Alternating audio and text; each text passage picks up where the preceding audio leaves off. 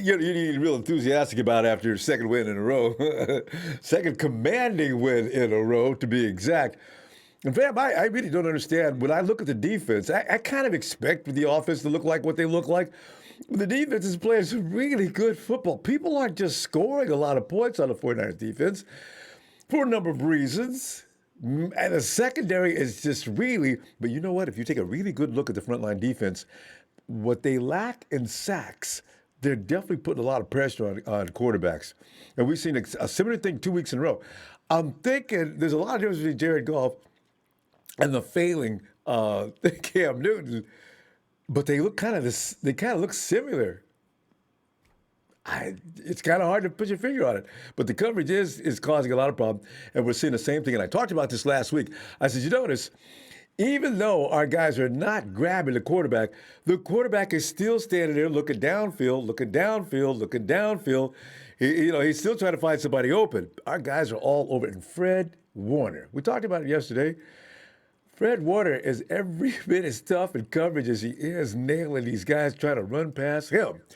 Gosh, these guys are just, that's why I said, the Niners versus Patriots game, it did come off as advertised. New England was exposed as a team that apparently is going to suffer post Tom Brady. Belichick will never admit to it, but he is definitely not going to make this work with Cam Newton unless Cam Newton just has an overnight, I don't know. It just doesn't look like Newton fits in that kind of offense unless he's going to build it more so around Cam. But those facts don't take away from the outstanding game the Niners displayed in Week 7, even though all the media is talking about is the failures of the Patriots. They're not giving the 49ers an iota of credit. I mean, none. All they're talking about is Cam's failings and Belichick never having gotten beaten like he has this particular past Sunday. Not a word about the 49ers, just the Patriots. That's fine, whatever. We are 4-3. Meanwhile, the Seahawks are currently a 3.5 favorite for the Week 8 matchup. I mean, I expected that. I told you that yesterday. So watch it.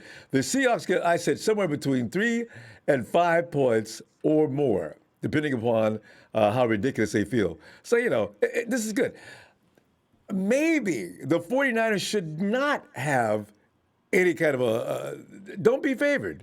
I think it works in their favor better. So we'll be making your phone calls tonight to discuss the big character 49ers and how they will forge on into 2020 with troops leaving right and left. I mean, it's just Coach Kyle Shanahan spoke with reporters today, the day after the team's dominant 33-6 road victory over the Patriots. Shanahan's team, whose players spent a lot of time in a dark place. Kind of fun listening to that stuff, huh? Kyle Shanahan tried to say something at some point in the game to Jeffrey Wilson Jr. trying to discuss some things with him. And you can see Jeff Wilson Jr. could barely communicate because he was in that zone where they go, George Kittle loves that about him as well. George Kittle goes to that place as well. We got a lot of guys that get into that zone where they're just fixated on totally destroying anybody that's going to try to stop them, right? And so Kyle said, I just let him in. I didn't want to ruin his spot. I just left him alone. These guys are scary come game time. I love it. Anyway, the dudes in a trance weren't able to escape Gillette Stadium unscathed, though. Coach provided the following injury updates. Deebo Samuel suffered a hamstring strain and is likely to miss the next 2 games. The games I definitely wanted the most because you know how Deebo loves to play the Hawks. Dang it. And the Packers, and we really needed him for those 2 games. I just wish we could get Jordan Reed back at some point between now and one of those games. Jeff Wilson Jr. suffered a high ankle sprain. He's headed to injury reserve this week. Coach expects Wilson to miss about a month. Richie James Jr. suffered an ankle sprain, but is day-to-day. Coach is hoping TC, with that knee, can return from the IR this week. He called his status a late end-of-the-week decision, whatever that means. But Deebo, the game in the fourth quarter with Niners leading by 24 points. Fam, this is Monday Night Raw. Let me give me an installment. It's Monday night, and it's time for another session of let me holler at you. Kyle Shanahan, get your butt down here, man. Game was over. 24-point lead in the fourth quarter. You ain't got to hand the ball to Deebo for nothing. Let Deebo kick back and relax for the last few minutes. You know what? You're not paying Dante to just take being active every week. Put his butt to work. Activate him next week. You got to anyway, pretty much. I mean, Richie James is out with an ankle thing. Let somebody else carry the load with 24-point leads in the fourth quarter. You can call him back if you need him, but in the meantime, don't put him out of harm's way. Damn it, Kyle. That was uncalled for. Ho! Anyway, why? The injury came on a play that saw Deebo take a 1-yard toss from Jimmy G and proceed to the 14-yard line, setting up Robbie Gould for the 32-yard field goal. Got hurt for a field goal.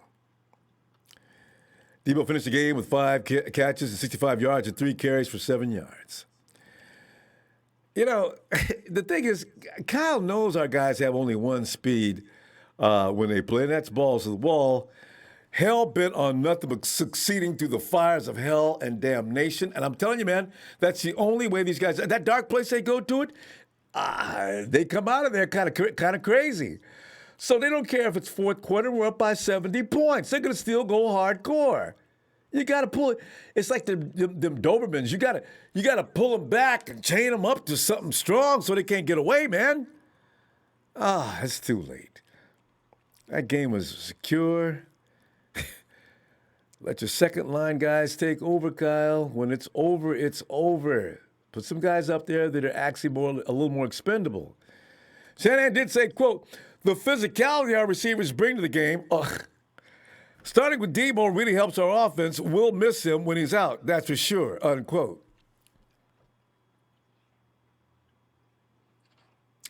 Jeff Wilson's injury came in the third quarter while rushing for his third touchdown of the game. You remember we watched in horror as he walked off the field with a slight limp and was then carted to the locker room for further tests. I really hate when they put the camera on the guys being trucked into the locker room. It just sort of adds to the misery, doesn't it? I really just. But Mrs. Wilson's baby boy, glorious performance, was finished with 112 rushing yards on 17 carries and 2 catches for 8 yards. And by the way, I do believe for the reason we lost 2, really good guys, Seattle's opened up as a 3.5 point favorite over under 53.5 over the 49ers in the upcoming matchup at CenturyLink. According to BetMGM, the Seahawks own a 5-1 record while the 49ers sit at 4-3. Are the Hawks here amongst us today? Because Hawks fans, y'all come on in. It would take a lot of nerve to come in today. But you guys are welcome. Come on in, have a beer. I did enjoy that game yesterday. Anyway, in fairness though to the Hawks and the Cardinals, it was a good game, and it came out exactly how I wanted it to. So I'm delighted. I told those clowns keep beating teams in the fourth quarter. So that's going to run out sooner or later. And sure enough. Hawks fans I'd always say things like, man, it's a matchup issue with us and the Cardinals. We're going to have a hard time with them every time Kyler Murray walks out on the field. That's just all there is to it. That is the 49ers hardcore kryptonite. Hawks are, you guys did it because you guys suck. That's the reason why they beat you or give you guys a hard time. But they'll shut the hell up now, won't they? I love it. Ray Jr., hey, what's up? It feels good to get another W. Yes, it does. Ray Jr., Mr. Black Eyes 2-2. Oh, Guerrero. Singing ooh la la. He goes, they're so satisfied. Guerrero, thank you, fam. Appreciate that. And Guerrero, you got a double plate. I didn't see that. Guerrero! Thanks, Guerrero! Oh, Seahawks, here we come, so be ready. Boy, and you know what? If nothing else, we go play some defense. And the 49ers, they're not going to stop the 49ers from scoring. We might be fine. I really wish I had those two guys because, man, what's his name? It showed me a new thing. Christopher Hengler. Hey, Ronbo, if we beat Seahawks, the division will get real interesting. Hope we get some help in the receiver position to help Jimmy G until Deebo gets back. Go Niners. I know, right? Deebo means a lot to this offense. He does a lot of things besides play receiver. And Mr. Black Eye says, hey, I mean, we went through a lot injury-wise, but the players stepped up. My D will have to get it going and put pressure on Wilson. Make him uncomfortable. We will need our speed. And let's see if Wilson can find, but Wilson's going to run on us. He's going to see if he can find people downfield, but I don't think he's going to find any. And remember, you know he's back next week, don't you? It could be K'Wan Williams, and that means all you've seen from Mr. He ain't going to be getting away with all that stuff the next week. Pedro Flores, what up, Ronbo? Great win yesterday. Feels great, baby. Fluffy Ninja, shout out to all the Fluffy brothers and one Fluffy sister I'd like to see. I don't know what that is, Fluffy. That's pretty funny, though. All right. Hey, Jay, come on in, Jay. What's up, Ronbo? It's Monday after the fact, you know what I'm saying? But Jay, we got to work on. Kyle Shanahan is starting to get on my nerves with some of the decisions he makes on putting personnel in the game. When the game's on ice, let's get conservative, not conservative in plays, but let's bring people in that can still get the job done and not be put in harm's way. I really have a problem issue with that. That's my own pet peeve, though. But you got anything you want to complain about tonight? Yeah, that's what I was saying yesterday, Ronbo. We was up 33-6 with 8 minutes in the fourth quarter. You pull your players out. Right.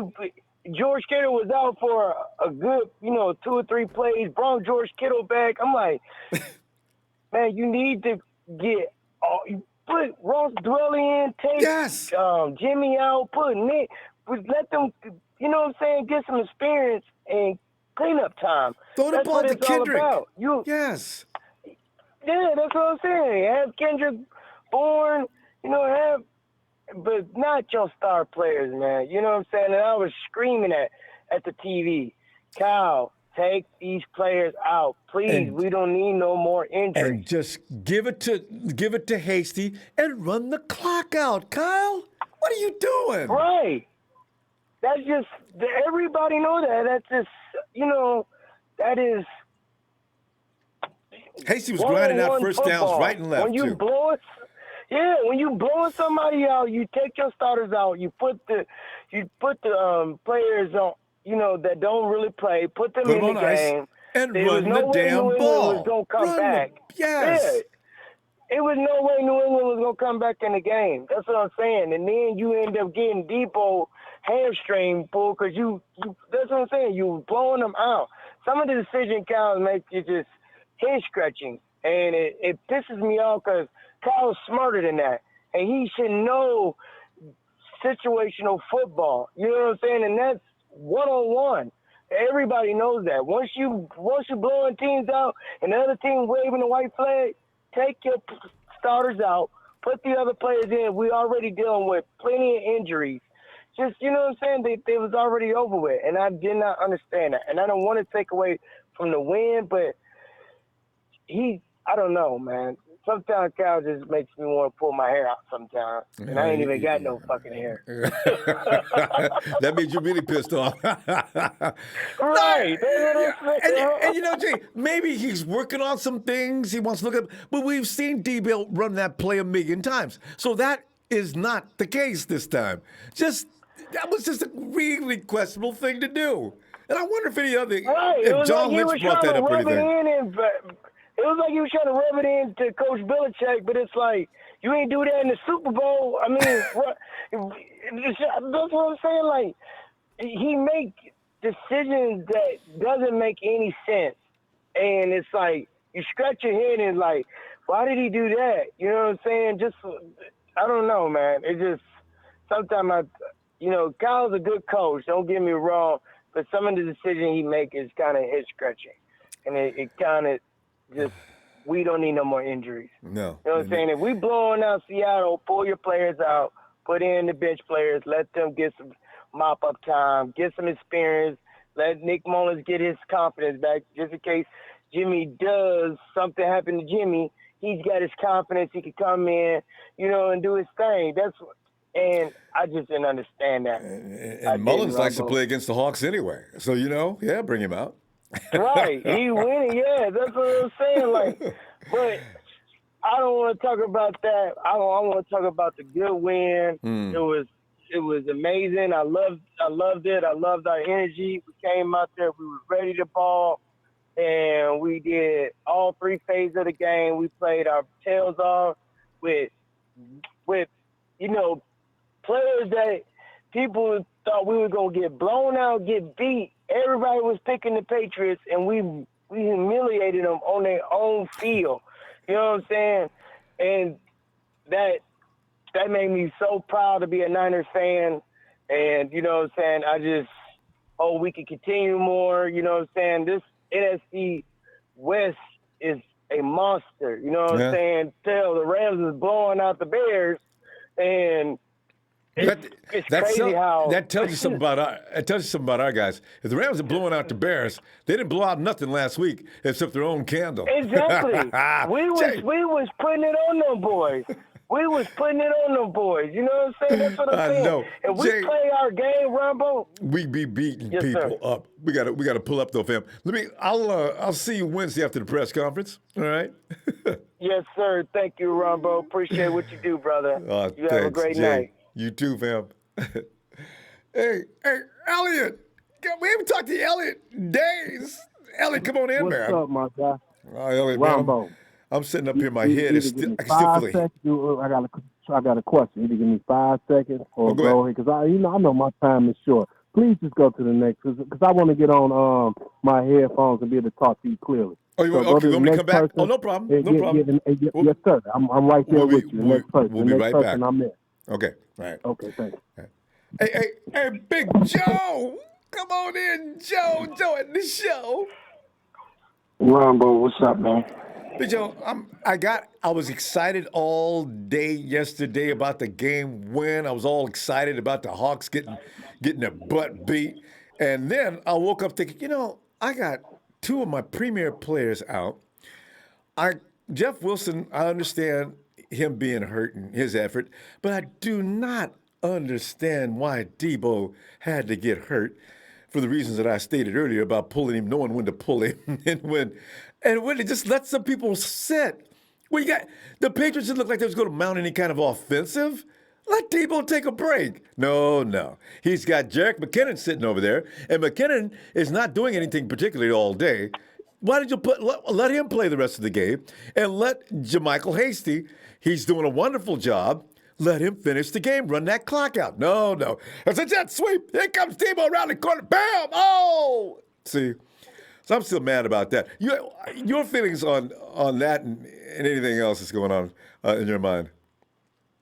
Story of the 49ers this year. We get injured. Yeah. Injured riddle.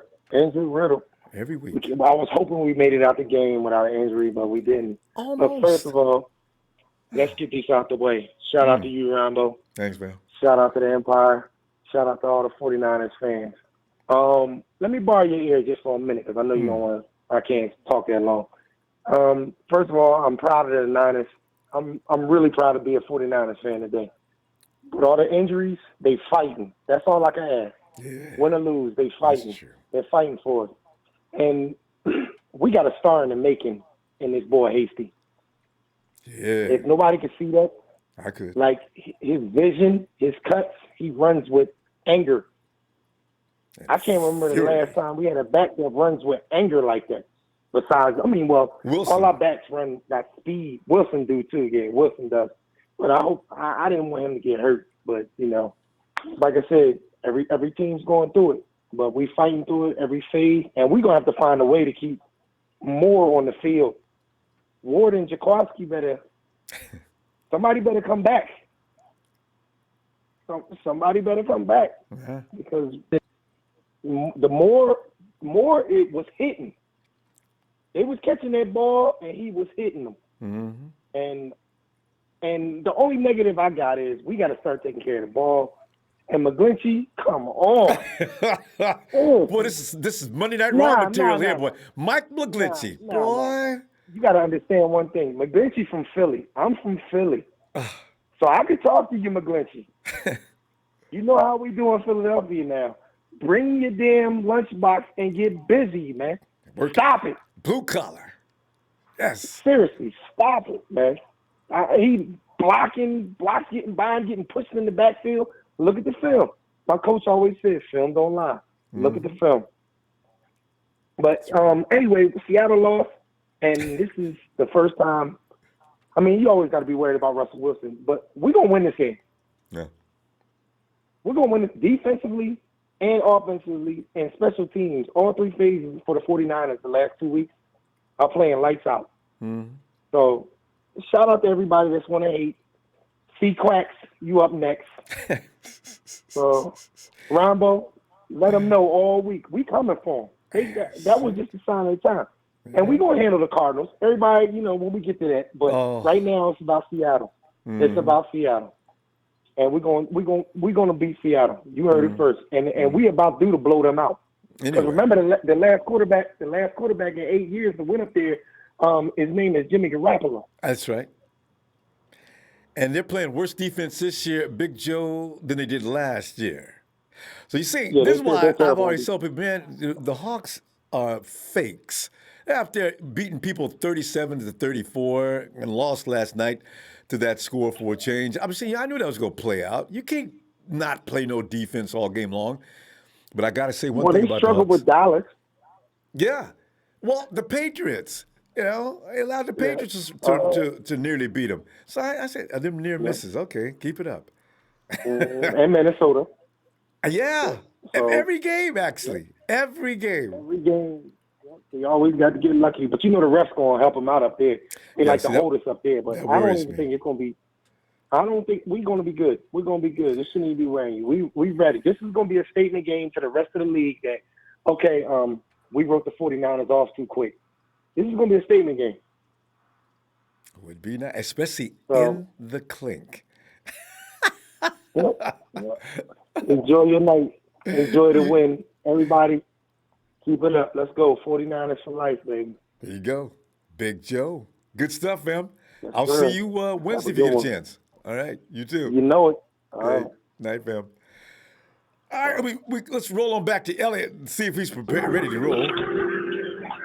I'm right there with you, Ronbo. What's up, my guy? How you doing? Elliot, I'm okay, man. I'm thinking Deebo out for 2 weeks is really bothering me. And as Big Joe pointed out, Michael Lynch has got to come to the ball game. He's got to come up big next week. Yeah, he do. Mike. Yeah, he do. Mike. Oh man, yes you do. Because this is the position you playing. Whether you was something else in college, and I always make that argument for you because I say, look, it's different playing on the strong side than on the weak side. So if you've been great on the weak side and you're not that good on the strong side, you gotta get it together. So this is what I'm gonna say, Ronbo, and just be honest. Yeah, hell no, he has the talent. Yeah. What I'm gonna say is this: what I heard you say is about how they talking about how more about the Patriots and their how we lost in the year. It's crazy, but at the same time, it actually makes sense. And I'm gonna only say this for the listen. I'm not one of those who just run off and I'm such a 49 fan. I'll just run with everything. No, I'm going to be honest. I've been watching this for too long. So, again, I'm going to say this. Look, this man, Cam Newton, yesterday was my birthday. Oh. We had a dinner date, with my guys. We sat up there and we watched the games and all this. And only thing we kept saying is the same thing. Cam is ass right now. Like he's throwing balls in the dirt. He's throwing balls to the backup defensive players, as far as people who we want off the team. And he's giving these guys all this shine and all this light because he's such ass. What we got to realize is Cam was ass yesterday. And what I kept telling you is, what I didn't talk to you, but what I told you when I did talk to you was they was meat. Because Cam, and it's largely due to the fact that Cam is not He's not Cam. He's not Cam Newton. He's Fig Newton right now. And they don't have nothing on the Patriots side of the ball on the offense to help him be anything when it comes to him being the player that he needs to be. Nothing. Their running attack depends on the passing attack. They don't have it right now. Now, going back to this is what I will say. Shout out to the offense because we did do what we were supposed to do to a team that, hey, they had their defense. They had their defensive players. They ain't do nothing. They caught stupid passes, too high pass from an interception, but they didn't force nothing. So with that being said, okay, you know what? Shout out to the offense. We did what we were supposed to do. As far as Wilson getting hurt, he was way in the third quarter out there. I don't think they should have took him out that early. But as far as Deebo is concerned, come on, Kyle. Come on, Kyle. You see Wilson, girl. Come on, Kyle. You know what I'm saying? Like, let's not do that. I'm not going to give no disrespect to what I already knew he was winning this game. At the end of the day, look, next week, we're coming to a team who just lost in a close game. They understand one thing. They're 5-1. If they lose this next game, they're 5-2. And it's the other two teams that are on their heads, which is the Rams that just won tonight. If these cotton-picking Cardinals win again, they are tied with they're in a three-way tie, along with the team that they want to keep down. If they lose to us, for some reason, there will be 5-2, and then we'll be one game behind them. They probably ain't giving no. They're not gonna care about the Rams and Arizona, but they're gonna care about us being one game behind them. So that's a big deal. So what they're gonna do is come in this next week, and they're going to be focused and they're going to be ready to play. And if we want to walk around here and just be silly and just be such a 49er fan and just, 49ers for life and this, that, and the third, and then not recognize what football is all about and how this game goes, then go ahead. But what we're going to do is if we lose this game, we're going to be real upset because I heard somebody just now say, hey, we were going to blow the Hawks out. Absolutely not. That's going to be a tough, close game. Hopefully, especially with these backups that we got. I mean, you know what I'm saying, on the defense. And then we just lost two players on offense that was doing something. Ella, we're going to run out of time. But listen, I just want to say one thing. Remember this. JaMychal Hasty is legit. And George Kittle could get up to 175 yards next week against that secondary. So you know what? It could be a potential blowout. You keep Russell Wilson sitting on a bench running the ball and hitting Kittle and, JaMychal Hasty after getting him first downs. It could be a long day in Seattle. But let me see. It's going to be a long day, but I don't agree with it. I'm just being honest. But just before we go ahead, Mom. Go ahead, little fella. Go ahead. We got to go, Phil. Hello, Ronbo. Who is that? It's me, Tyler. Who? Oh, Tyle. It's I'm sorry. It's the same phone. Tyle, I just want to say 499. Yes. But life. No doubt. That's all it is, Ronbo. It's always that no matter what, man. So you have a good night, man. We'll talk to you after the press conference. Hoping everything turn out good for us, man, and we can do what we do on this next game. Cause this next game is big. It's serious. It's big for us. All right, fam. Tyrell, good night, little bro. All right. And all right, see you Wednesday. All right, man. All right. Okay. All right. I'll see you Wednesday, my brother. Looking forward. All right. And we move to Alex. Yeah, what a good, man. He said good night. Okay. Good night, Tyrell. Good night, guys. All right, go ahead, Alex. What's going on, Ronbo? How you doing, man? Well, Alex, I'm doing great. I mean, I start simmering though. As soon as I woke up, I said, Deebo doesn't have to be missing this game, Kyle. The game was over. Damn it. I can't get over that. Yeah. It's so unnecessary. So anyway, it is. There's nothing can be done about it now. So we'll have to wait 2 weeks. We're going to see the character. And that's why I said tonight's about the 49ers character and how they forge on. Even with guys going down, the next man up thing is really applicable this year. I mean, really something. Oh, yeah. Really. Oh, yeah. if not more so than last year. Yeah, way more actually. Because they were juggernauts But, last year. Oh yeah, even with all our injuries, I mean, we had both our tackles gone. I mean, we got more injuries this year than we do last year at this point. Because I think I've seen people, or I've seen tweets and stuff saying how going into the Super Bowl, we've had the amount of people on IR that we do at this point in the season. We're not even halfway through. I know. But with that, Ronbo, I'm not freaking out because guess what? This dude Kyle Shanahan, I think that he can be better than Bill Belichick long term. And I think yesterday was a sign pointing to that. And I'll tell you why. What coach in NFL history has had this amount of injuries to like key players, Ronbo, to key players, and still win, still go into New England and beat Bill Belichick 33-6. I don't care who was on the field. I don't care if Cam Newton sucks. It's Cam Newton. He's a former MVP. You still have James White. You still have Julian Edelman. You still have Stephon Gilmore. And you still have Bill effing Belichick. And we won. And we did it with a backup. No one knew that Jeff Wilson was going to go off like that yesterday. Nobody knew that. Nobody called that Jeff Wilson was going to have a 112-yard game. No way. Nobody called this dude Ayuk was going to put up 115 yards on Bill Belichick. Why are we not talking about Ayuk enough, Ronbo? He averaged 20 yards a catch yesterday. 20 yards a catch. 19.2. I'm going to round up to 20 because 20 yards a catch. Okay? And only one of those catches came behind the line of scrimmage. Yeah. We always talk about, Jimmy can't throw the ball down the field. Jimmy can't throw past the line of scrimmage. This dude Ayuk had 115 yards beyond the line of scrimmage.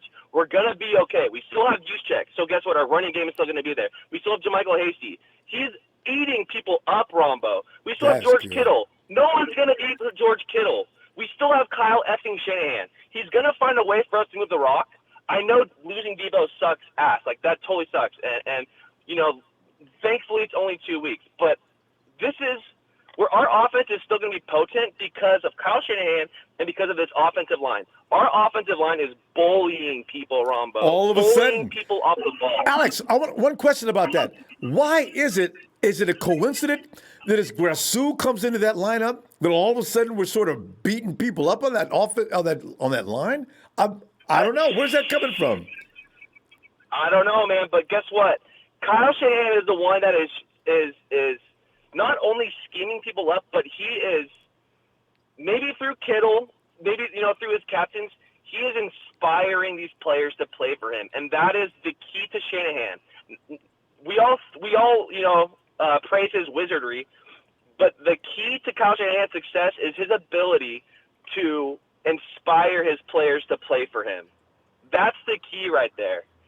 It's like he just puts his mental fortitude in these guys to go out there and just physically impose their will on these people, Ronbo. And honestly, you might even be able to say the same for Saleh, because look at all the injuries we have. No Bosa, no Ford, no Quan, no Sherman, no Tart, no Ward. No, we have backup dudes out there, backup of backups. We're signing people off the street. Dion Jordan almost had a sack yesterday. He just didn't finish. So close. Is that the one they flagged him on that I was livid over? When he had I know which one you're talking about, but he had another one that he had Cam Newton in his arms, but Cam Newton just escaped. Yeah. Listen, we're going to be fine. And guess what? Yeah. Dude, Ronbo, our boy's coming back. K1.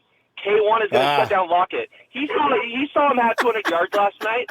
That ain't going to happen. See, I thought about that. Alex, good point. I thought about that last night. Lockett's just having a field day, huh? Let's see if he has a field day next week. K1 loves playing against this guy. So, yeah. Hell no. And we got Emmanuel Mosley's going to lock down DK. And they're not going to have Chris Carson. Listen, this is going to be a dogfight for sure because it's a division match. But we're good. We are good. Oh my gosh, I want to cuss so bad. Alex, I love the enthusiasm, man. You're all pumped up. But go, Alex. Let me see you Wednesday, okay? Seattle week, baby. I love you, Ronbo. I love the faithful. I love my Niners. Hey, let's go. Seattle week. It's on, baby. It's on. I love you, Ronbo. Peace out, man. Thanks, Alex. Love you back, fam. Have a good night. JC. What to do, Ronbo? JC, man, we're sitting there basking in the glory of another victory. But JC, we're not getting any love or respect in the media, so we got to give it to ourselves, man. Nobody cares about the 49ers after yesterday's win. They're all focused on the failure of a dynasty on its way down the tunnel of doom and into mediocrity, right? So when they say anything, all they talk about is Belichick and Edelman and the falling of once mighty Cam. But, we're to talk about what we achieved yesterday and how the 49ers are showing a lot of fortitude and how Kyle screwed up, putting Deebo in at the last moment, as far as I'm concerned. But what do you think of JC?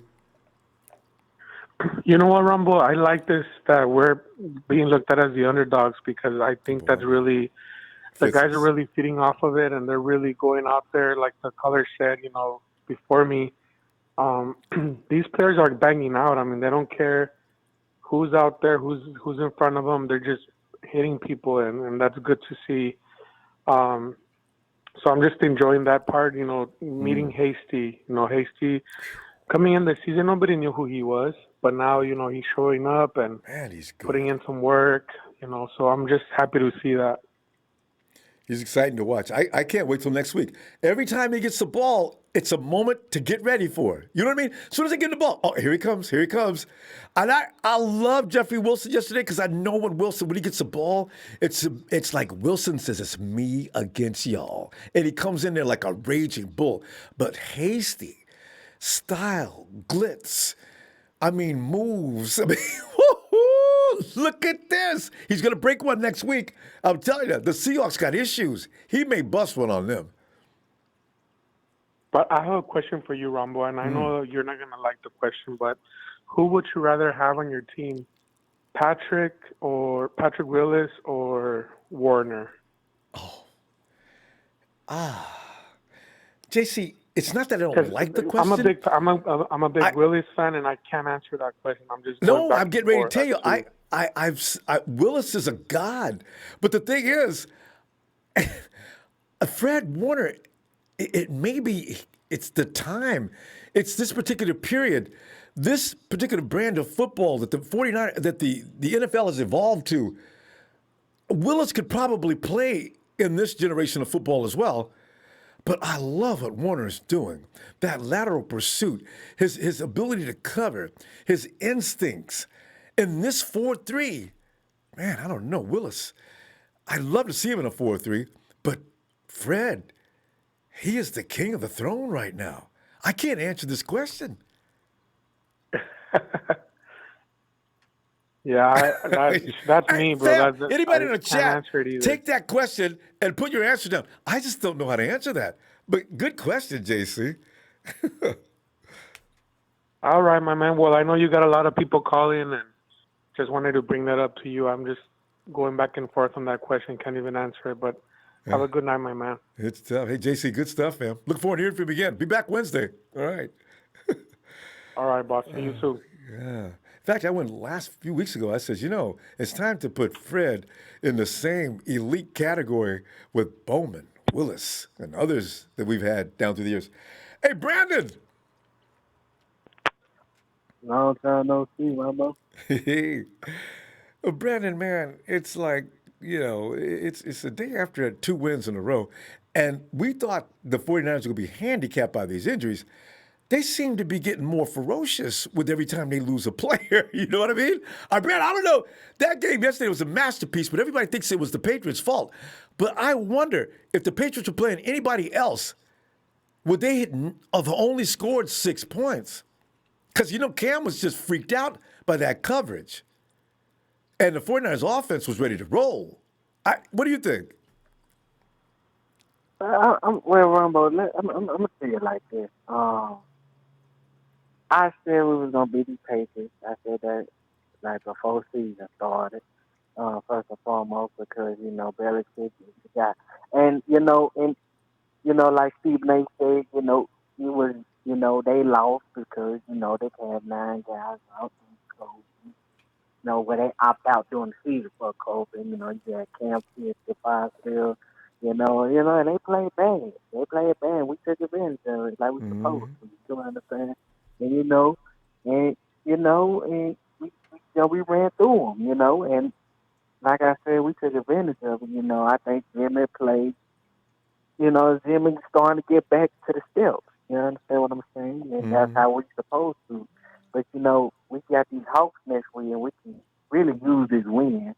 We can really use it. Mm. And you want everybody want to talk about Cowboys defense. These Hawks, man.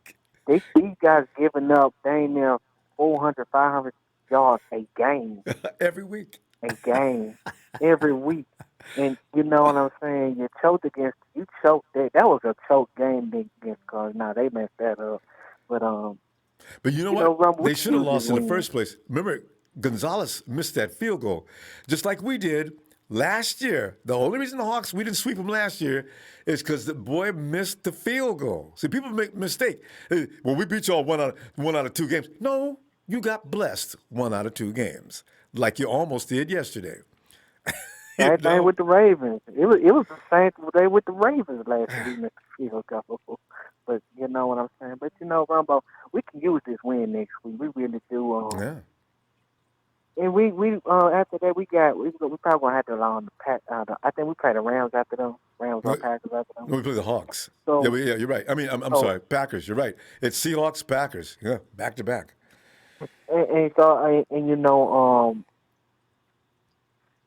thank God be like Kyle. Kyle. And I just looked at Kyle like he's like some of your play calling. I just be like, why? What was the reason for that? You got Deebo in there. Like, why you can't put in? With Pettis, even though I get on Pettis a lot, you understand? But I like come back Debo, you know, what I'm saying? Still, Kyle, you can't be doing that, Yeah, man. and Brandon, the thing is, there's no need to run any special plays. Just let Jermichael had his way with that team. Give him the damn ball, Kyle. There's 8 minutes left on the clock. Run it out. Jermichael's gonna get you a first down. If you need a first down, Jimmy can find somebody open. He's got Ayuk out there. You got Kittle. Run. Oh, there's no need to run Debo around that Yeah, corner. yeah, yeah. But our defense, I think our DB starting to step up. Especially for Rick. I Yeah. see it in. He's Mosley, starting to step up. You know what I'm saying? I just Jermichael wish Dante. Taylor.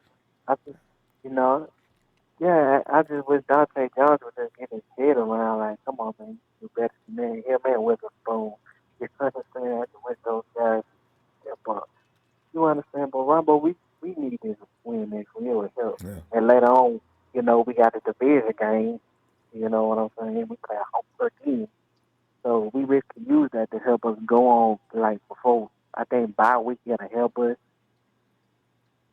Oh, And God, so yes. when we Because pass we're the going to have somebody playoff. injured. We got a lot of guys coming back after the bye week, too, which is going to be interesting. Yeah, but ain't no Taylor Wendy or Sherman. Ain't no Taylor Wendy coming back. Don't nobody know. I don't know, but Ronbo, that just is what it is. Yeah. Yeah, but we gonna We're have not, to win this next week. yeah, we're not missing Sherm. Nobody wants to say it, but we're not missing Sherm right now. Verrett's playing heads over. I mean, way. I mean, nobody saw Verrett was going to play that at the level he's playing at. And Mosley is holding his own. There is no weak side to throw to in that 49er secondary right now. And Tavares Moore Okay. and Marcel Harris, they came to play yesterday. So we'll see. You know what I'm saying? Ronbo, I got one more thing for I Real quick. leave you. I know you got calls. Who you think had a better relationship with the Niners, Harbaugh or Shanahan? Harbaugh or Shanahan? Or Shanahan. Shanahan. Harbaugh had half a locker room that didn't like him, and the other half did. You remember, we found out about that in his last year. Shanahan, by far, he's a player's coach. Well, I mean, really hardcore. But, fam, Brandon, we got to go. Shout out to the Red, White, and Gold, man. Shout out to the Nine Nation. Thank you, Ronbo, for having me on. It's been a minute since I last talked to you, but shout out to everybody, man. Good to hear from you, Brandon. Y'all be safe out there. You too, fam. Looking forward to hearing from you Wednesday. All right. All right, man. All right.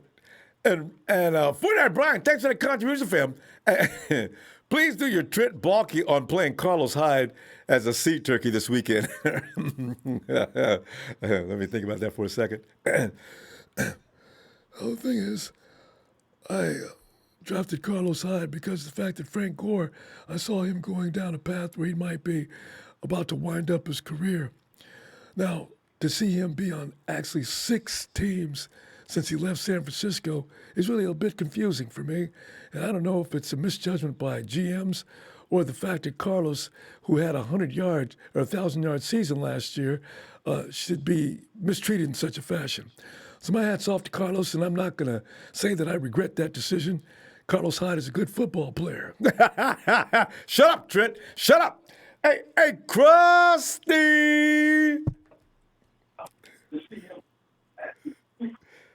Hey, what's going on, Ronbo? Krusty, man. As I was saying, I was happy and kind of mad at the same time about yesterday's outcome because I don't like Deebo missing this game. If anybody I wanted for this Hawks game, it's Deebo. And all I needed was Deebo and George Kittle. And JaMychal Hasty would have been nice to add to that madness. For sure, it would have been awesome to have Jeffrey Wilson Jr. the way he's running right now. I don't need TC. Give me Jeffrey Wilson Jr. all day. And, we lose them both. Anyway, Krusty, have you got anything that annoyed you about, this is Monday night, have you got anything that bothers you about yesterday or what's going on currently at this hour? No, I'm not. I wasn't bothered by yesterday's game. We went out. We did what I thought we were going to do. Cam played like crap. He was slow, like I thought he was going to be. And the NFL's not giving us any credit, now. Yeah. Huh? And the NFL's not giving us any credit. 17 in a row. Yeah. Right. Well, everybody else was saying the Niners were going to lose. The Niners came out and blew the Patriots out. So, No, I'm not too worried about. I'm a little upset that Deebo got hurt yesterday, but why? Think about it. What happened to Kyle Shanahan? He doesn't want to lose anymore. He's sick and tired of losing everything in the fourth quarter. He did it in the Super Bowl versus Belichick when he was at the Falcons. Did it last year. Good point. He didn't want to give him no chances at all. He was going for the killing blow is what he was trying to do. He wasn't going to try and let up and go conservative at all because being conservative is what screwed him in the past. That's true. And another thing is we got to sit back and realize that the Hawks haven't played against IU. We still have JaMychal Hasty, McKinnon, Coleman's probably coming back this week. So, I know that Wilson did a good job this week, but our offensive line's been playing great the last 2 games. They're opening holes for the running back, and it's been showing because I've never seen Jeffrey Wilson Jr. play as well as he did yesterday. But we've never seen him to that extent. We've never seen him to that extent before either, though. You've seen Wilson come in for cameo appearances in certain plays. So this was interesting. Another thing you guys need to realize is freaking JaMychal Hasty was on the same path as Wilson was. He was, 9 carries, 57 yards? He was halfway there on carries and halfway there on yards. So if he would have got the same amount of yards, he probably would have got over 100 yards too. So JaMychal Hasty is doing good. And, again, Tevin Coleman's probably coming back from the IR. We're going to have another fresh running back. And TC, freaking, regardless of what people say, he didn't do too bad for us last year. So I'm excited to see him go. He can come back. Yeah. I don't know who they're going to put. You know what? Maybe Deebo going out with the hamstring. Maybe they'll call up Juwan Jennings and have Juwan Jennings come in and play. Ooh. Another guy that hands out punishment on every run. He doesn't have the speed, though, to do what Deebo does. But I'd like to see him out there. Right. He doesn't need to have the speed to do what Deebo does. We'll do the end arounds with Ayuk and have him go out there and do what he does and have Kittle in the Hawks defense. Complete garbage. Hasty, if we went out and did what we did to the Rams. But Hasty, Krusty, Hasty's going to be the workhorse this weekend. I don't know that they're not going to use, but they're going to start him. I'm sure that Jerick McKinnon's going to start, but I don't see him being the workhorse. This is going to be interesting. Right. I think if TC comes off the IR, TC is going to be starting, and I think that I'm glad that they kept McKinnon on the bench this game. Yeah. I'm glad that they kept McKinnon on the bench most of this game because McKinnon's been doing okay, but they put the running backs out there that were going to do something. When I saw Wilson start, I was like, That's what I'm talking about. Yeah. We should not be freaking putting McKinnon in on first and second down at all, ever. It's not his He needs game. to be a third down back until he gets his stuff back together. Exactly. And the Hawks defense is horrible. Look what we just did to the Rams, and the Rams supposedly have one of the better offenses. The Hawks aren't going to be able to run on us. They haven't been hardly able to run on anybody. They're going to try and throw it on us. And if our secondary keeps playing the way it is, the Hawks ain't going to do nothing on us. He threw three INTs yesterday. That could be equaled this Sunday. If Wilson's going to still throwing them Hail Marys up, and Krusty, I've always thought there's a percentage of luck in those shots. You know, you got the fastest human on the planet out there. That's helping them out. You got Tyler Lockett out there doing miracle catches. I like our chances due to the fact that Tyler Lockett is allergic to K'Wan Williams. This is going to be interesting to see how this works. Right. And Jamar Taylor hasn't been doing bad either in the slot. He got 2 interceptions yesterday, too. He's amazing. That is amazing. He's a backup. Yeah. Yeah, so it's just like, I'm not worried about this weekend. I think it's going to be closer. I wouldn't be surprised if we blew them out and put them in their place. I hope we do, but I think it's going to be a closer game than the last 2 weeks. But yeah, we've been doing really good this week, these last 2 weeks. We're just going to keep on trucking because we still have running backs, we still have wide receivers, we still got George Kittle in the tight end room. If George Kittle goes out, that's when Ross Dwelly shines. You know, Jordan Reed's coming back soon too.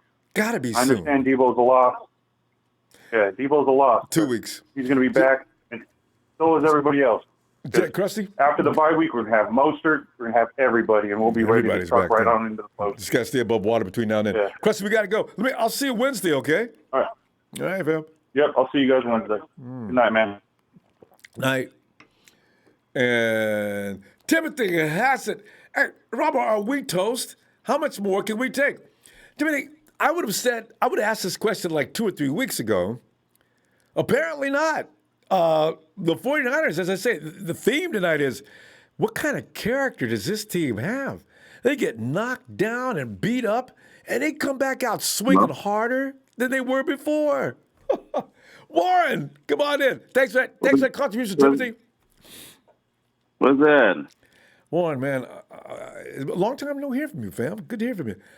We're just sitting here tripping on the 49ers pulling out wins. This team has matured mentally in a way I don't know if everybody recognizes or appreciates like they should.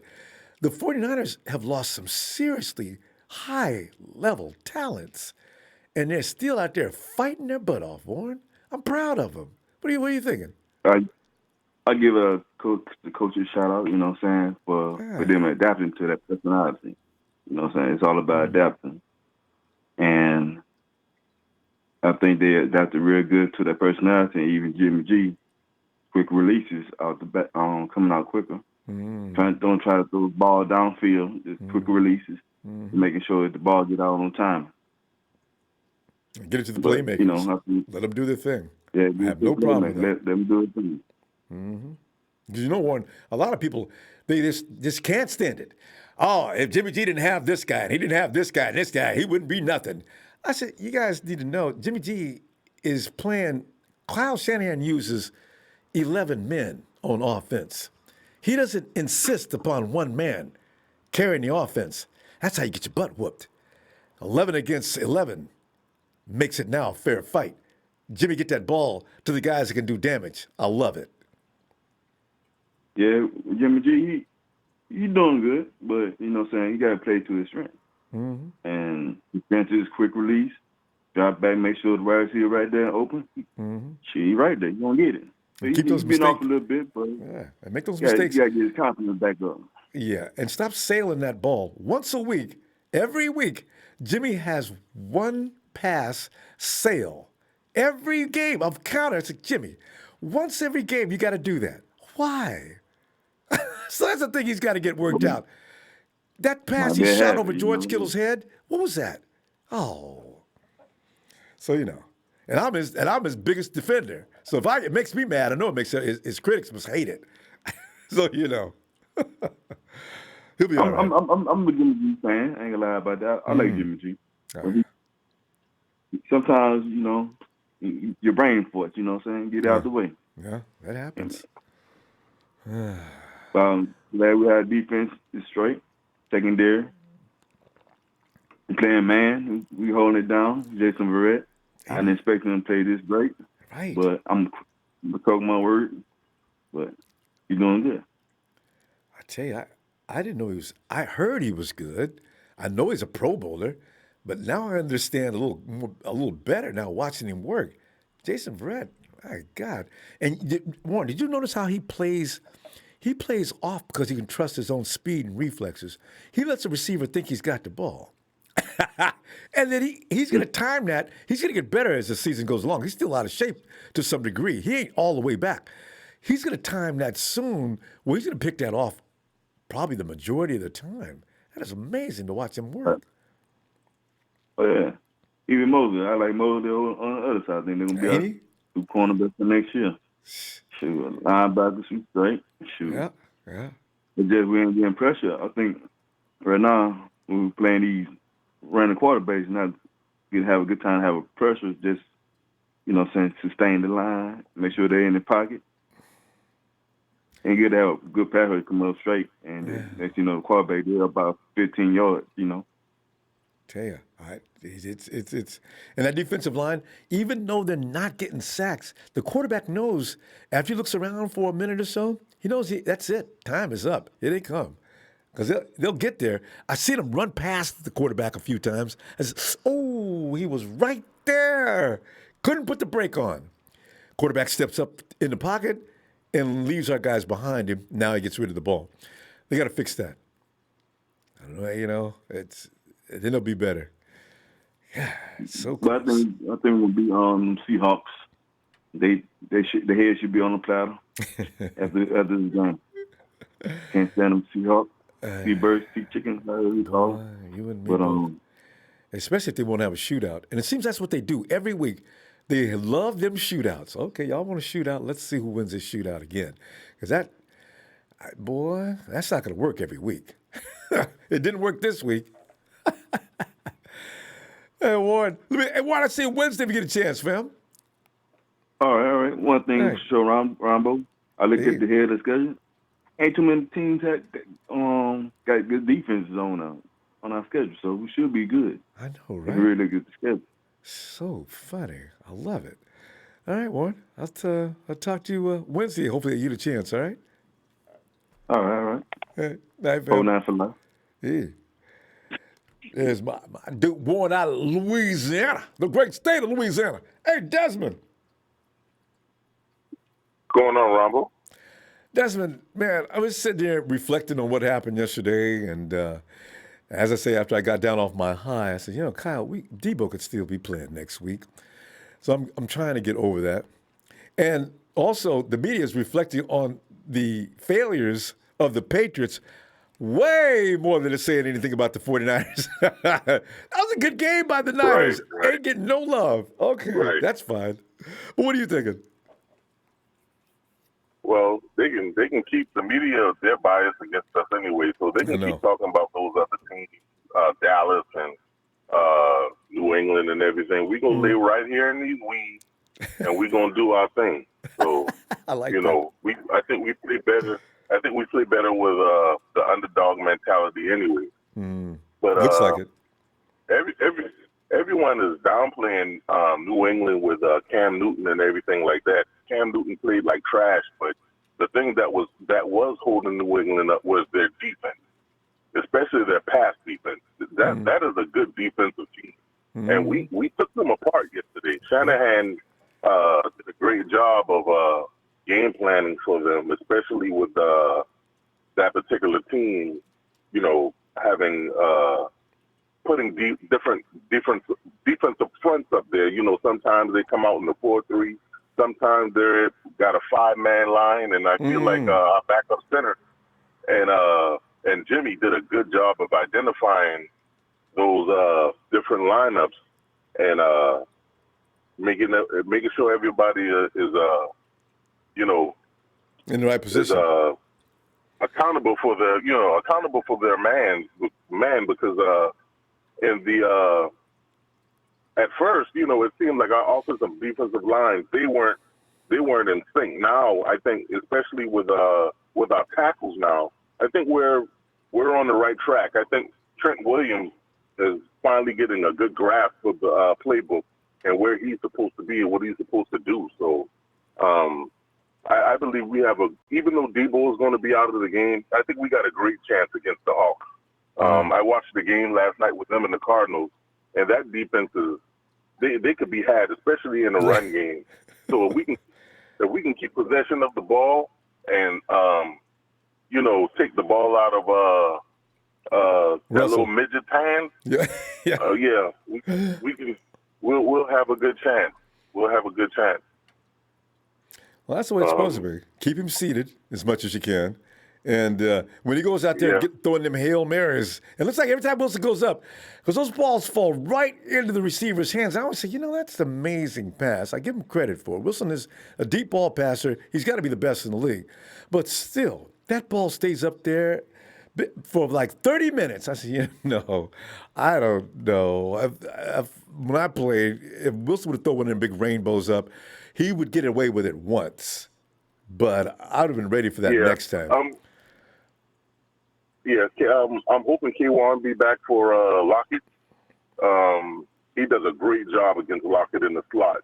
Lockett, he had a game last night, but he won't be able to do that against K1. K1 is just a beast, period, especially when it comes to Lockett, because Lockett is one of the best slots in the league. So I'm hoping K1 can be back. He will. To lock down Lockett and that freaking cyborg on the other side. I mean, the way he ran down Buda Baker last night, that was I hate the Hawks. Man, but you got to give it up for the hustle on that play. You got to. He had a head start on DK. He had at least 3 or 4 or 5 steps. DK got up off the ground and ran him down, like you see in them. What's that? The movies, the shows where they show the animal running down to prey. I said, my God. Right. Deebo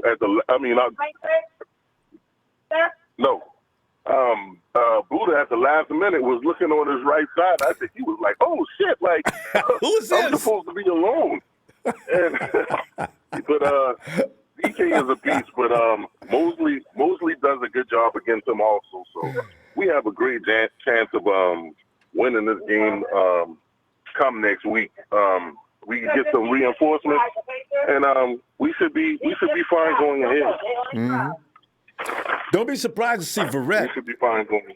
Should be. Don't be surprised to see Verrett on DK because a speed match. Their other wide receiver, Tyler Lockett. That's going to be K1. Who else is a receiver on that team? Worth anything? Well, I forgot his name. That third wide receiver he had, but he got off last night a good bit also.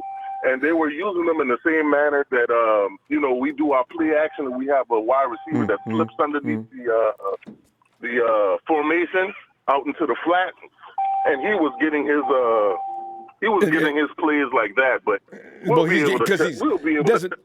We got to pull up, but he's because of the fact that what's his name was having such a good game and DK. Man, let me see you Wednesday though, okay?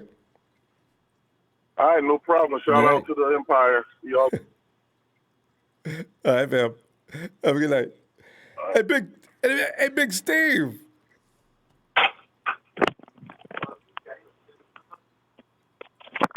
What's up, Ronbo? Big Steve, man, sitting up here just basking in the glory, as I say, of a winning son. But, Steve, there are things to complain about, and I'm just saying, Isn't there always? Yeah. Isn't there always? I gotta talk to Kyle about putting players in, frontline players with 8 minutes to go and a lead of 24 points. I can't wrap myself around that thinking. But Deebo's out for 2 weeks for reasons I'm saying could have been avoided. Today. Yeah. So, unfortunately. But Steve, and then again, there's the thing about nobody cares about the 49ers winning. It's all about Belichick and Cam Newton losing.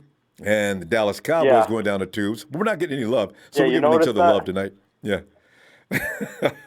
You notice how all the analysts, everything was about Cam Newton and Belichick, and nobody wanted to give us our props for winning, like always. And we were supposed to lose going into that game, so that's what they were talking about. Oh man. Oh yeah. There's a lot to talk about, man. Like for instance, next week we got Seattle, and we got no Deebo, we got no Jeff Wilson. I don't know if is Ben Garland going to be back next week, or is that something that's going to be? I doubt it. But the way Grassu is playing, we're not actually, Steve. I don't know if we're missing Garland right now. I don't even know if we're missing Richburg. That offensive line looks better, and I don't know. I don't understand the reasoning behind it. It looked better since Garland and Richburg left. Strangely enough. Yeah, that is true though. And just like Travarius Moore, I like him out there better than Jimmy Ward, to be honest. Yeah, certain plays. Travarius is. I was watching yesterday. I didn't see him take any peculiar angles on plays. This is his only shortcoming. He can get beat if he makes. I don't know, but he makes judgment calls on how to. I don't know. They should teach him that. Anyway, yeah, he's doing a good job though.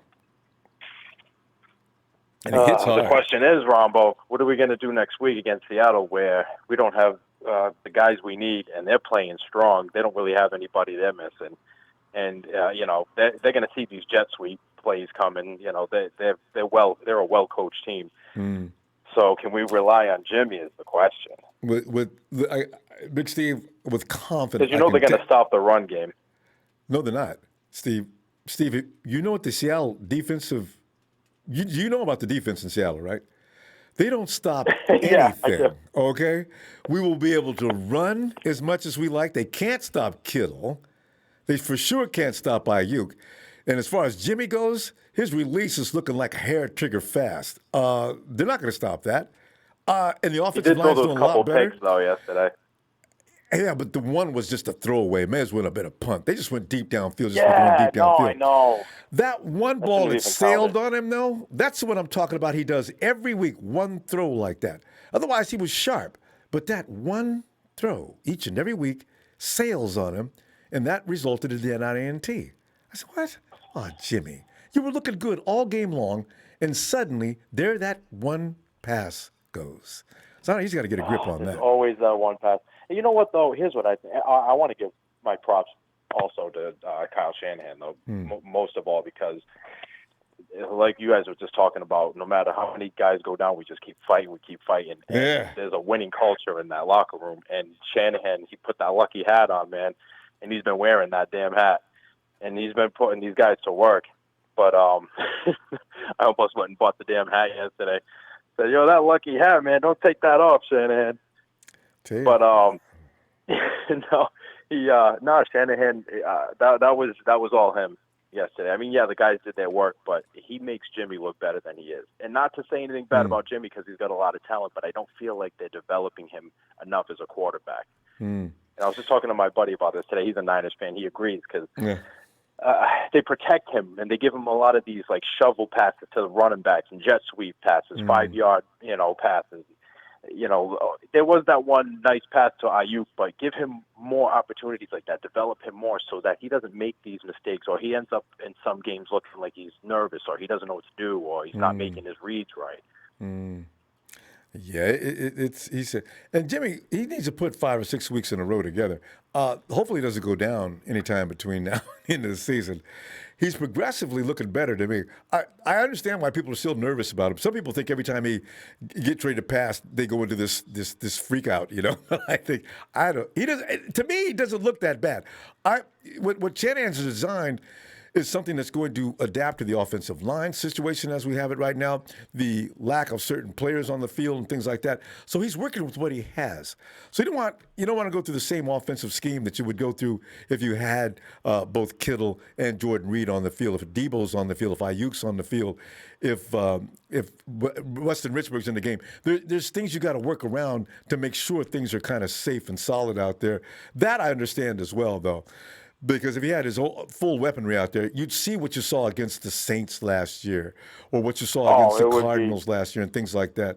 But meanwhile, he's got to work with what he's got. So we got to be patient on that.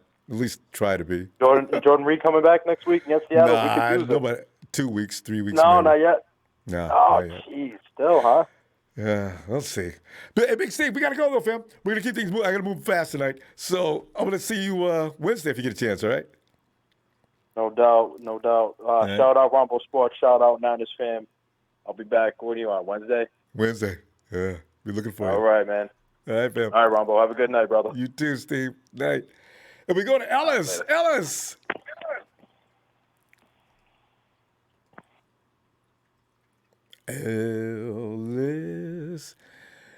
Ellis is usually tending to Ellis? Yeah, Ellis is usually involved with the kiddies. Hey, KC.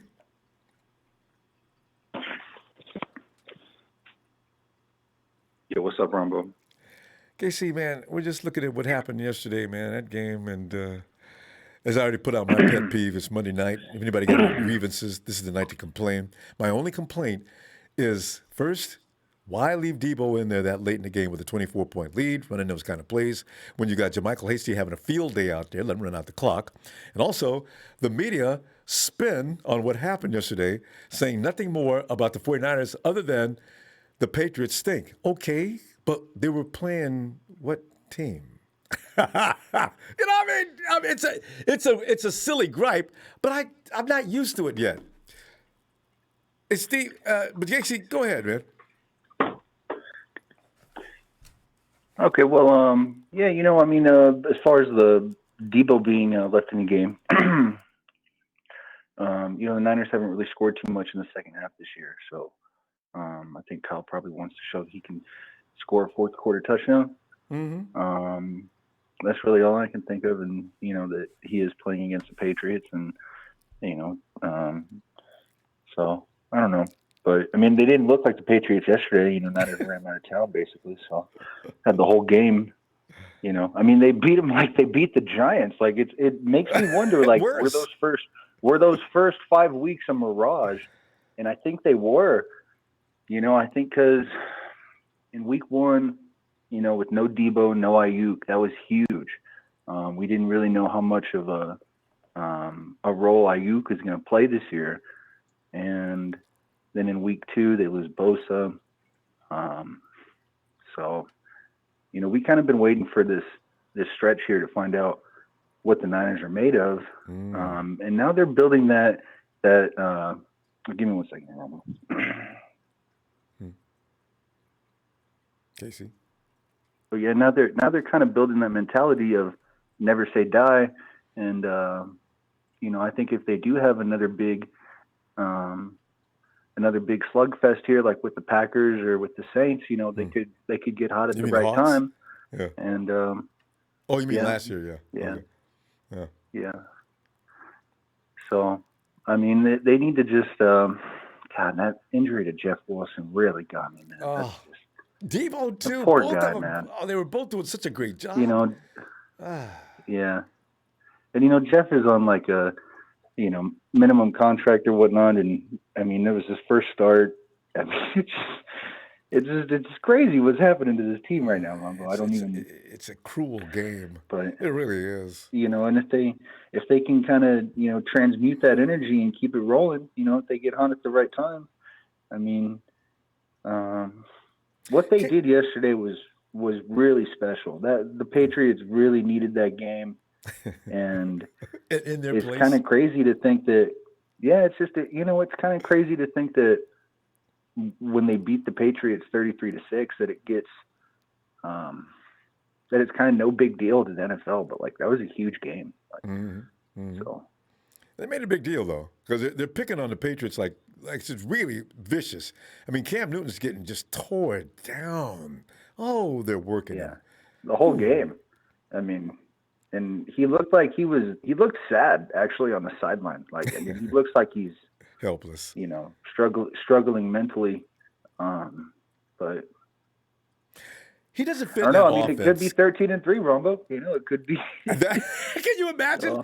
Hey, if they win all the way until the bye week, it could be, because that means Ronbo, they got all their guys back. Could, yeah, all their guys will be back after the bye week, and then the rest of the league is in trouble.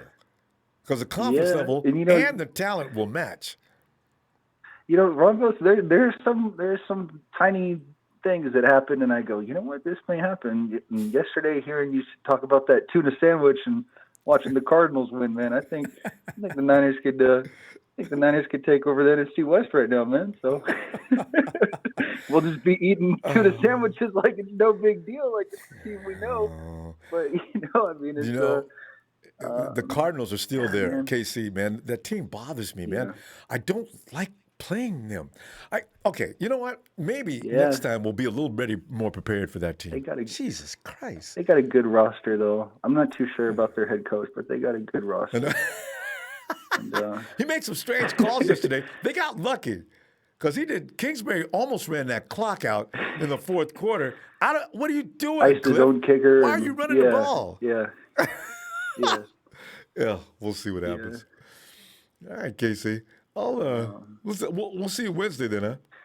Hey, can I just say one more thing too? About Jimmy here.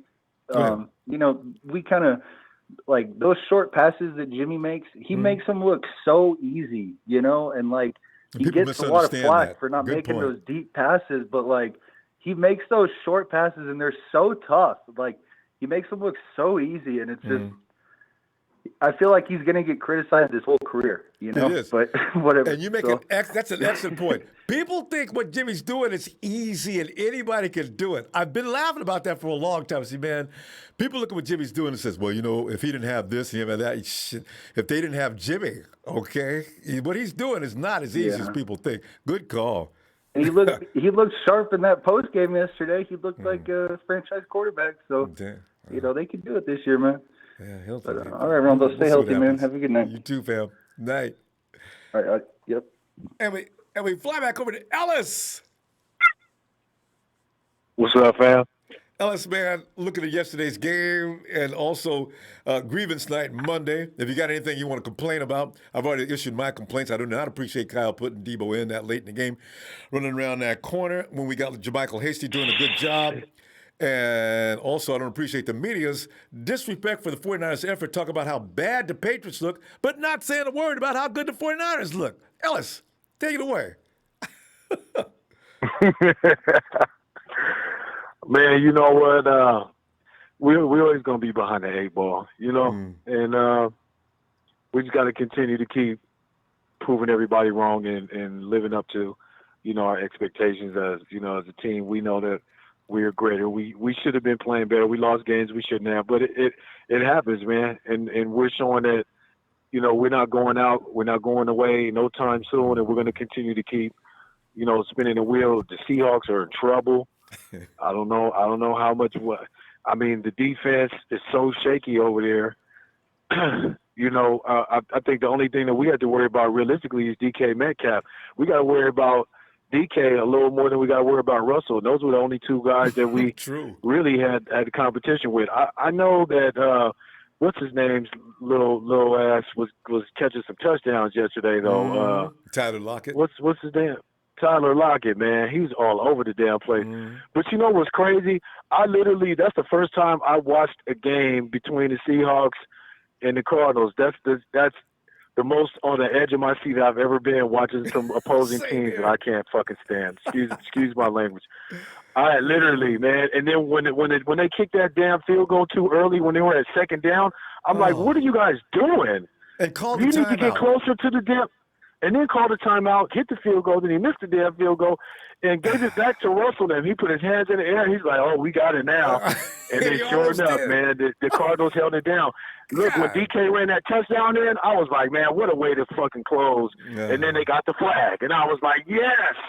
So, hey, man, shout out to the Cardinals, man. If you got any Cardinal fans in here, man, we're glad you guys got that W because we needed those Seahawks to be humble so we can come and give them another slice next weekend or this weekend. But yeah, fam, I wasn't too happy to hear, that Deebo is out again. We just really got him back into the swing of things. Thankfully it's a hammy and nothing more serious because like we all seen him grabbing his knee.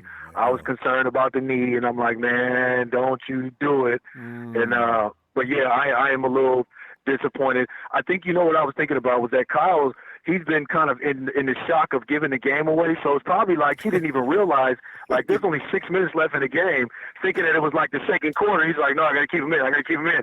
You know, that anxiety of the tables turning, you know, I think he just kind of, you know, he wasn't really processing the things. And that was poor management on his behalf because, you know, he's got to conserve his better players. But I'm just as disappointed to hear that, you know, Jeff Wilson is going to be out too and has to go on IR. I'm not excited about that in any way, shape, or form because he just barely got to get his first real taste, and as did we. So hopefully he has a speedy recovery and comes back. But we got Jermichael. Brandon Ayuk is playing stellar ball. You know, George Kittle is going to continue to do his thing. And I think we're going to start utilizing a little more Kyle Juszczyk this weekend. I think he needs to do it. I think it's the perfect timing. They caught the teams by surprise by giving Juszczyk the ball. This lad, the most carries he's ever gotten. How ridiculous does that sound? That he's only got this is the most carries he got, which is only 4 carries. Is that not crazy to anybody? That's insane. He's such a great player. Like, we need to be utilizing him more and being thankful. It's like we're paying him so much money, and let's put some, you know, let's give him the ball, let's give him some shine, let him, you know, pad his stats and you know, expand his you know his to he can help in so many ways. Potential. Yeah, use all his potential. Yeah, that's what I'm saying. He's a good blocker. Yeah, he's Let him great. run that ball on occasion. That touchdown he got yesterday running in, perfect. So, you know. He's great in the pass game, fam. He's great in the pass game, you know. 100%. We got Jay. We'll have to incorporate. We're definitely going to be having to depend on those 3. You know, it's going to be, you know, definitely more. We're going to need Jermichael. I can't wait to see him. He's going to be really excited. Who's to expect being an undrafted is going to be needed at this time and so heavily? You know what I mean? So it's a perfect opportunity for a great player like him. And it's all about Bobby Turner. Boy, he can take them undrafted guys and make them into stars. Ellis, let me see Wednesday. Yeah, because we're going to get out of here pretty shortly here, so we're not going overtime. Yes, sir. All right, Phil. Yes, sir. Yes, sir. I appreciate you, family, as always. Thank you for the platform. Man, much love to all of, you know, my Niner faithful. Let's keep it lit. Let's stay lifted, y'all. We got some birds to cook, baby. Right, peace and love, champ. Peace and love, always. Back at you, fam. All right. Night, Ellis. Oh, and here is one of the founding members of TNT, Trez, come on in, man. It's Monday night. Let me get it. Hold up, wait a minute, Ronbo. Go on and put some red and gold all up in it. Sprinkling, it's raining red and gold. Yes, Trez. Boy, I tell you, Trez, I know you got some things on your mind to say about tonight. It's grievance night. Monday night is Raw. In fact, TNT is the one who started this trend to begin with. Trez, what are you thinking about yesterday's game? But look, first and foremost, let's get it out the way, Rumbo. Shout out to you and your staff. We love you for all you do. Thanks, Trez. Giving us this platform to come and express ourselves, whether it's good, bad, or indifferent. You are here for us as an outlet, and we appreciate you to the fullest. Thanks, Trez. It's a now pleasure. moving on, Ronbo, we're going to go to shout out to my TNT family. Shout out to the first lady of TNT. Now let's get to the logistics of things, Ronbo. Right. Look at here. First of all, I want to give a big shout out to our coaching staff. They've been consistent for the past 2 weeks. Came out with a good sound game plan, executed the game plan to almost perfection. And we came away with another W. You know, what can you say? You know what I'm saying? Give them their praises when they're doing their jobs, okay? Now, I had a little beef with Trey on the phone. He called me right before the game, and I said, can you tell me, partner, why the hell is Jeff Wilson starting this damn game? Jeff Wilson is to be brought in on goal line situations and goal line situations only. Little did I know, Rumbo, that Jeff Wilson is a beast amongst men in the open field also. Yep. You see what I'm saying? See, I can admit my wrongs, you know what I'm saying? Because I was getting Trey hell about Jeff starting that game. I'll tell you. Who'd you I rather was saying, start? what the hell is Kyle Shanahan's doing? Who'd you rather start? Who'd you rather start? I actually thought that McKinnon was going to get the start for this game. Yeah. Because, I thought he would be getting the start, maybe Jeff on goal line situations, But has it looked to you a little bit, Ronbo, that McKinnon just don't have that? Yeah. He doesn't look the same as he did before he got hurt. His speed is like, his speed is kind of like, from behind. Mediocre. Yeah. His explosiveness is not there. Yeah, the explosiveness is not there. Dancing in the right. hole. Yep. Yeah. So, yeah, and boo to all these networks that haven't given the 49ers their praises for going out and destroying the Patriots. Okay, straight up. This is Bill Belichick. Regardless, it's Bill Belichick. He's known to put together a great team without having big name players. Mm-hmm. So, okay, now you minus a Tom Brady and a Gronk, okay? You still Belichick, and they didn't give us our due for going out and destroying this team like they should have. It's about, they had COVID. Their building got shut down for 2 weeks. Cam had COVID. Every excuse. They can't get back on the right track. Whatever they had going right, they can't get it back because of COVID. Man, shut the hell up. At the end of the day, it's X's and O's and who performed and who didn't perform. We performed. We got out there and we executed. And give us our praise for that. You know what I'm saying? Not on what the other team didn't do, but on what we did do right. You know? Because they damn sure give us the heat when we they damn sure give us the heat when we ain't doing it. You know what I'm saying? So Jimmy can't do this. Jimmy can't do that. Jimmy ain't the quarterback for the 49ers. Is he the future? Is he still the man? Oh, okay, Cal. Questioning Cal. There's a whole bunch of stuff goes down. You know what I'm saying? So, hey, what can you say, Ronbo? But, shout out to our team, man. Those guys went out and fought like hell. Ronbo, I'm going to tell you like this. We got the greatest depth I've ever seen. Really? On a team. Everybody could contribute. Anybody that comes in. Everybody. Man. Everybody. I mean, who else can have this number of players hurt and still sustain and go out and still be in the mix of things? And we're talking key injuries to key starters. And still be in the mix. Out of every unit, Trish. So that just kudos to the depth that's on this team, man. You know what I'm saying? Now, my last and not least, my last point, Ronbo, Kyle Shanahan. I don't give me an installment real quick, Ronbo.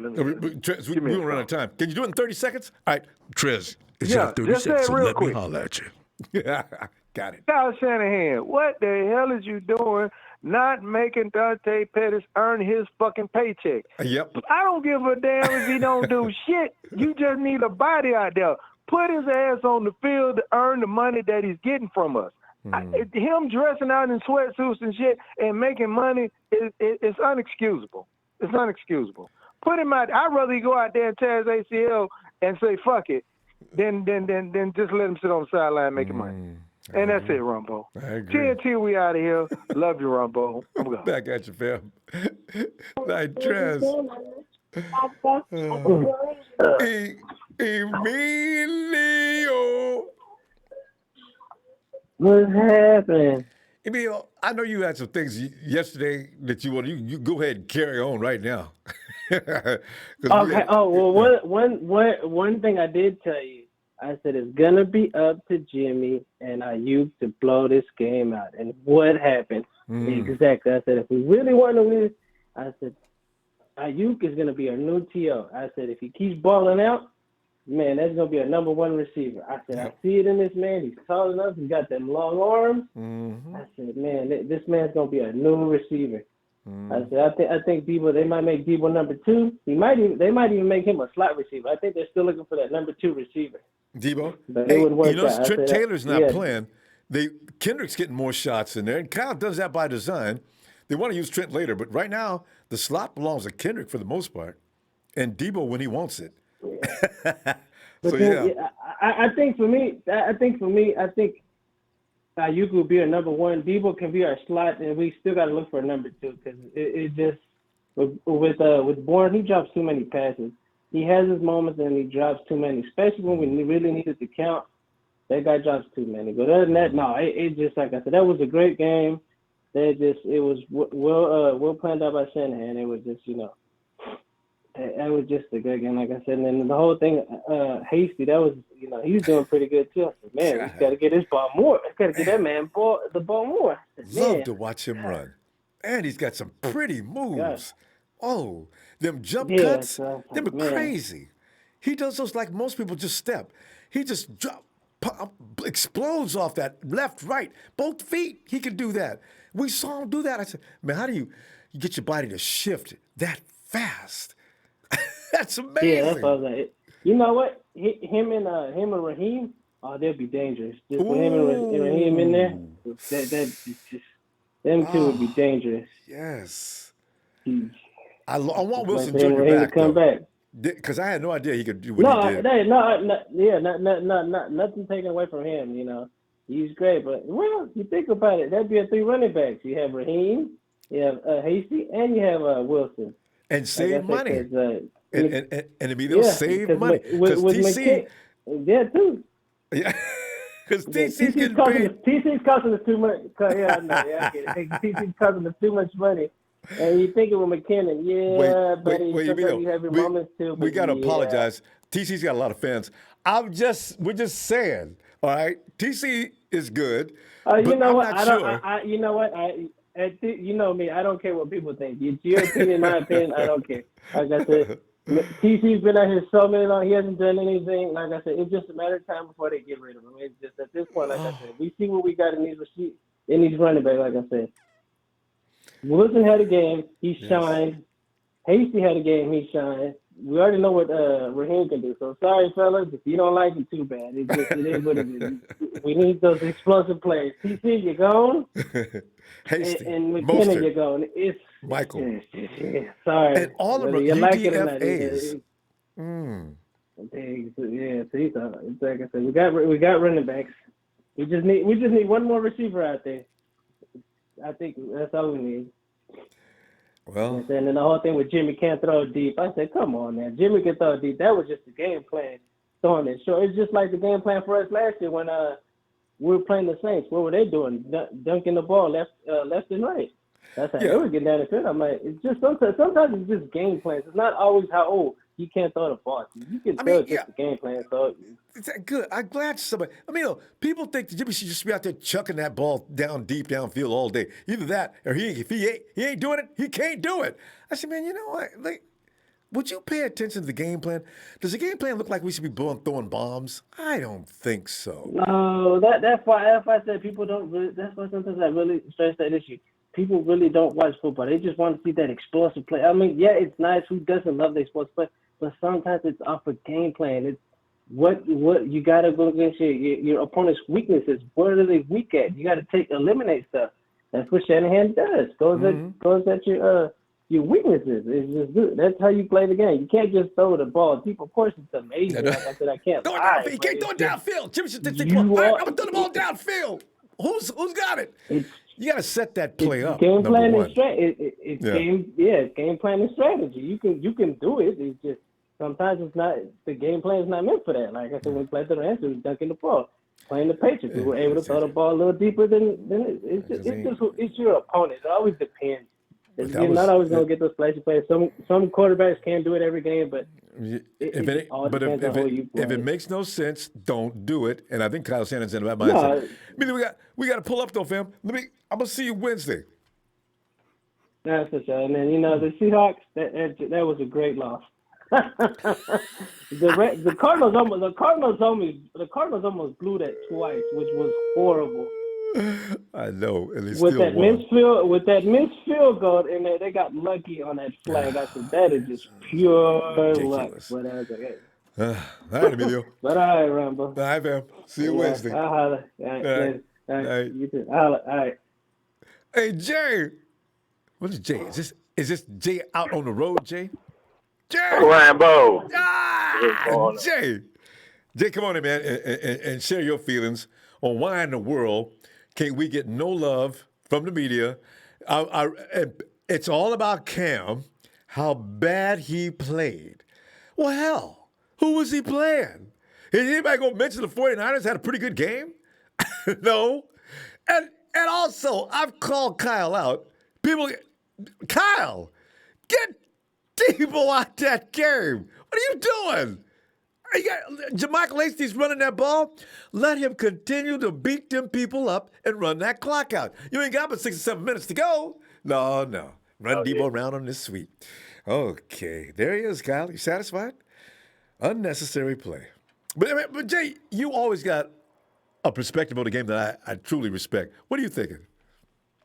I mean, it's good everybody hating on us, just like last year. Let them keep up the hate. We don't need y'all on our bandwagon. We see y'all in the. But that's a good thing. And them 3 losses, they did us some good. They got the team back hungry. Especially that Miami that loss. offensive line. Oh yeah, especially that Miami loss. No offensive line, they're a run blocking team. That's what we are. That's our identity. And they're getting better too. And Jimmy's a running offense quarterback. That's how you win with Jimmy. You gotta have a running game with him. Balance. Jimmy's our quarterback. That's what we gotta deal with. And as far as Jimmy taking shots downfield, you're gonna need it eventually. But make sure you got it set up right, and make sure you got, if Ayuk has got a fish, okay, let's run that play. Because we don't have a lot of deep threats. Ayuk's probably the best one, though, I think. Oh, yeah. Yeah, he is. He's basically the only one. Him and Dante, but I think we should trade Dante for in a 7th-round pick and get John Ross over here. I know, right? Speed. And he wants out He anyway. can do some in around.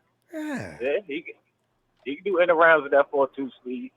Oh, God, yes. You can do anything you want to at 4.2 speed. And I guarantee you, DK won't be running him down. DK scared everybody in the NFL doing that. That big moose was coming down the field like a train. Buda Baker looked around. Good Lord, who is that? But we already knew DK like that. That's why I was mad when we ain't trade up and get him over Jalen Hurts. But, I know, right? How? It is. But I give my shout out to Jeffrey Wilson. About time I finally seen what everybody else seeing. He finally had a game where he can get the bulk of the courage, and he showed out. That dude is bad ass. I didn't know he was that good. I knew he was good, but I didn't know how good. Jeffrey Wilson is a starter on a lot of teams. Jay, he could start on this team. Jay, there's a lot of TC fans. I'm not trying to offend anybody, but I would start him over TC. TC's supposed to be that one who brutalizes that defensive line, the opposition. But Jeffrey Wilson Jr. takes that job seriously. Ooh. Yeah, maybe next year they about the same. Jeffrey Wilson coming up, but TC get his 100 yards against the Sea Chickens. You know what I mean? Y'all be like, if he just would. If he just would. Oh yeah. Because we got a stable running back. JaMychal Hasty's gonna be the change the pace guy. What he been doing, and Jared, McKinnon, he just our little. He's done. He the least of all the running back. Yeah, he's not right yet.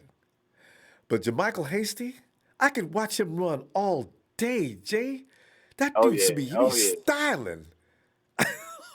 And getting it done. Oh yeah, so our running back stable gonna be good for a couple of more years.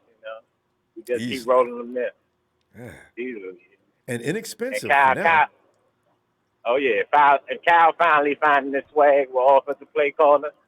All that hating we did on Kyle, and he can't do this, and he can't manage the team. Just let him work. Him and the whole team gotta find their identity and grow together this season. It's a whole new team, a whole new season. Whatever we did last season, out the door. We're in a very impatient group. Yeah, we expect perfection right off the top. As soon as you get in here and start, well, damn it, you better be perfect, or else everybody starts. I said, good Lord, give the man a few minutes.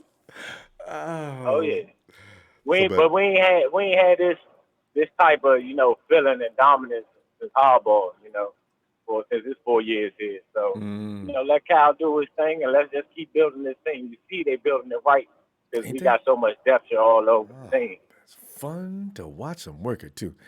Jam a roll. Let's see you Wednesday, huh? All right, no problem. Appreciate you, Rambo. You keep the faithful going, man. You the best in the business. Ah, thanks, Jay. Appreciate that, fam. You Looking already forward to hearing know. from you later, too. Jay's You is rolling already down know. the road. Yeah, go ahead. I'm sorry.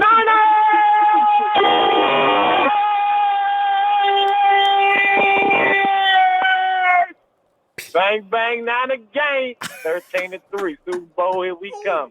Quest for 6, revenge tour. No stopping us now. We only getting better. Oh, there he is.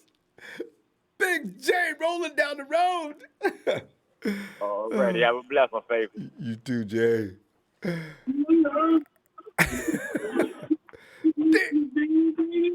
Dion. Ronbo, what's going on, brother? D, man, I'm just sitting there Monday night. I'm a little annoyed by Deebo getting hurt. I felt like it was uncalled for. I did not appreciate the media response. They said everything that had anything to do with that ball game was all about Cam and Bill Belichick getting the worst whooping he's had since he's been in the state of New England. I say, hey, can we get some of that? We was the one that was playing. God. So D, you got anything you wanna get off your chest tonight, or anything else you want to add?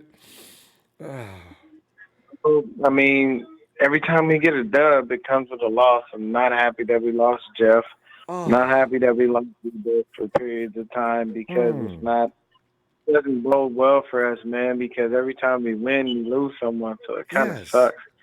It's bittersweet because we win, and we beat down on the Patriots like nobody's beating down on them.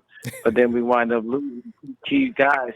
And Jeff Wilson Jr. was running his ass off. Wasn't he? Anybody out there in Niner Nation that does not know who Jeff Wilson Jr. is, they know now. Get familiar.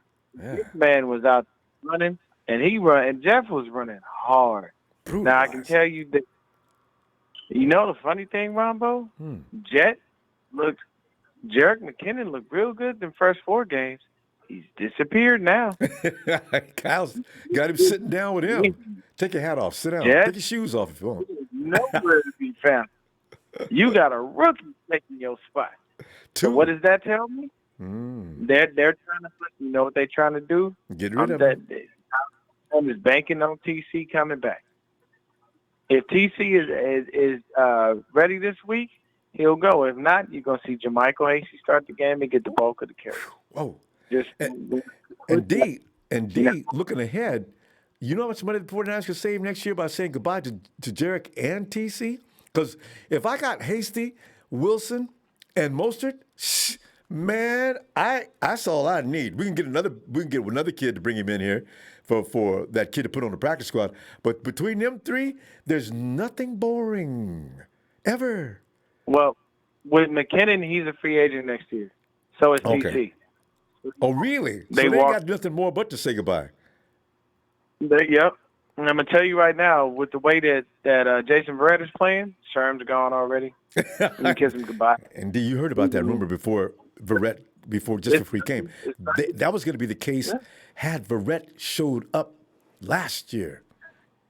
The year before, yeah. And it's nothing against Sherm. And, but what people have to realize is at the end of the day, the NFL is still a business. Yeah. And in business, you do what saves you money, but yields you the most tangible dividends. Mm-hmm. So you got to think about it, and you got to look at it like a stock. It's like if I got this stock right here in Jason Verrett, that is, I bought him low. I bought him real low, paying ridiculous dividends. I'm getting money off of him. Yep. And then I got this ridiculously expensive stock in Richard Sherman. It's costing me a lot. It cost me a lot to get it. And now my stock has dropped. I need to sell before I wind up losing too much money on it. And Jason, and by the way, D, Jason Verrett has got a 1-year contract, which means next year you ain't gonna keep both him and Sherm for a lot of money. So you got to have one or the other. Yeah, and then at the same time, as far as this previous game goes, I'm not happy with Jimmy. I like some of the throws, but I don't like the fact that he sailed that, and I don't like the fact that he had 2 interceptions. Jimmy looked almost as bad as he did. If you want to look at it from a statistical standpoint, the only difference with Cam looked worse. That's literally it. When people look at that from a but point, Jimmy, that's he exactly how had that those 2 INTs. But wasn't he like 15 of 18 or something like that? I mean, you got to look at that for what it is numbers wise too. I give you that. He went insane with his numbers, but my thing was the pass that he threw up to Brandon Ayuk, he just chucked that. That ball had no chance of getting to Ayuk, and that was double coverage. He had perfect safety up over the top. And then the other that he threw where it sailed over George Kittle's head, he does that, like you said, once every game. Once a So game. be careful with that, because at the end of the day, like, the thing is, we're facing the Seahawks, so we're facing a garbage defense. And I can tell you right now, you know what Russell Wilson is thinking? I am buying none of y'all. Nobody on defense is getting a Christmas gift from me. Not near one of y'all. You know why? Because every time I get us up in the game and I seem to have a lead, you guys blow it. And then you come back to the side like, hey, Russ, we done messed up, but, if you could just go out there and help us win the game, man, we really sure appreciate it. And they do it every week. I know. It played out yesterday, but you're right. And Russie threw 3 INTs too. And this is the thing. Russell throws INTs under pressure. Now, nobody says anything about it, but he does that all the time. We got to take this up on Wednesday. Yeah. We're running out of time. Appreciate the platform. Appreciate everything you do. Much love to you. Everybody out there, hit that like, subscribe button, turn on them post notifications. Keep yourself up to date with Ronbo Sports at all times. And if you're in here from the team and you're trolling, it's because your team sucks and you don't have a Ronbo. You don't have a Ronbo. You don't have 5 rings. Not no Philly franchise, and you probably don't have any Hall of Fame players. So it's okay. Come in here, but you only come here because of the greatness that comes along with being a non-faithful. You don't troll because we suck. You're here because we're better than you. Just realize that. I love it. Not a Gang podcast. He's D. Fam, I'll see you Wednesday. All right. Oh, man. Hey, Alex. From SZ to NY worldwide, we're bigger than the nation. We're the mother effing empire. So Ronbo. Some slick. Woo, slick. Man, it's Monday night. And I'm in there complaining about the media not saying anything about the 49ers. It's all about Cam and Belichick and the Patriots. And then I got a bone to pick with Kyle because you got a few minutes after the game. The Patriots let them go mount an offensive. I know you've been snake bit, but come on, man, get Deebo out the way. No, put him out there again 6 minutes ago. Slick, what did you see that you did not appreciate? Anything you want to appreciate? Anything you want to, what's up? Nah, I was good. Even though, I still would have left Deebo in there because there was no way of him knowing that he was going to get hurt. Yeah. And plus, we're always bitching about that we don't keep our foot in their throat. On the neck. So but 6 or 7 minutes to go, and he looked like ass anyway. Yeah, I know. Yeah, I know. Yeah. But yeah, you got a good point. So, That's been brought up earlier. I would have taken him out too, but I would have put in like Richie James in there or somebody else. Yeah, that would keep. You gotta be smart too, But like everybody's been saying, you might as well. I don't know. I have a theory, and I don't know if it's stupid or whatever, but I think that Kyle wants to trade Dante. So I wouldn't be don't surprised. Don't let him get hurt. Yeah, I wouldn't if he utilizes him and goes to him this next game, so Seattle can see how good he is supposedly, and they will trade with them. Since he's got a girlfriend down there anyway. Yeah. I think I don't know. I bought Dante's jersey way too early, so you got a good point. I saw what Jerry Rice saw though, because he had a great rookie year. And the thing that I don't like about Kyle, I know he's pissed because he doesn't play the way he's capable of playing, but at least try to keep going to him until he finally gives you what you want, what you need, from him. So I don't know. I don't know why he don't play him at all. Whatever. Like that's just But Slick, they've changed style. You need to be a badass to play in the 49ers. Running backs, receivers, you got to be somebody that goes out there and tries to hurt people, even though you're playing offense. Because look at all the dudes we got now. All of them, it's a job to try to tackle them. And when you do, you risk your health. Dudes is crazy. Man. Yeah, but I think Kyle, I don't know why Kyle don't play him though, because I mean, Pettis has shown he's actually won a couple games for us last year. Yeah, he did. Even that Rams. the Pittsburgh game, and then the Cardinal game the Halloween one. Yeah. I mean, so he's capable of going deep and playing good for us. So I don't know why he just doesn't utilize him or whatever. I know he has. Something happened behind the scenes or something. I don't know. I was getting ready to say, I think they had words. Yeah. Yeah.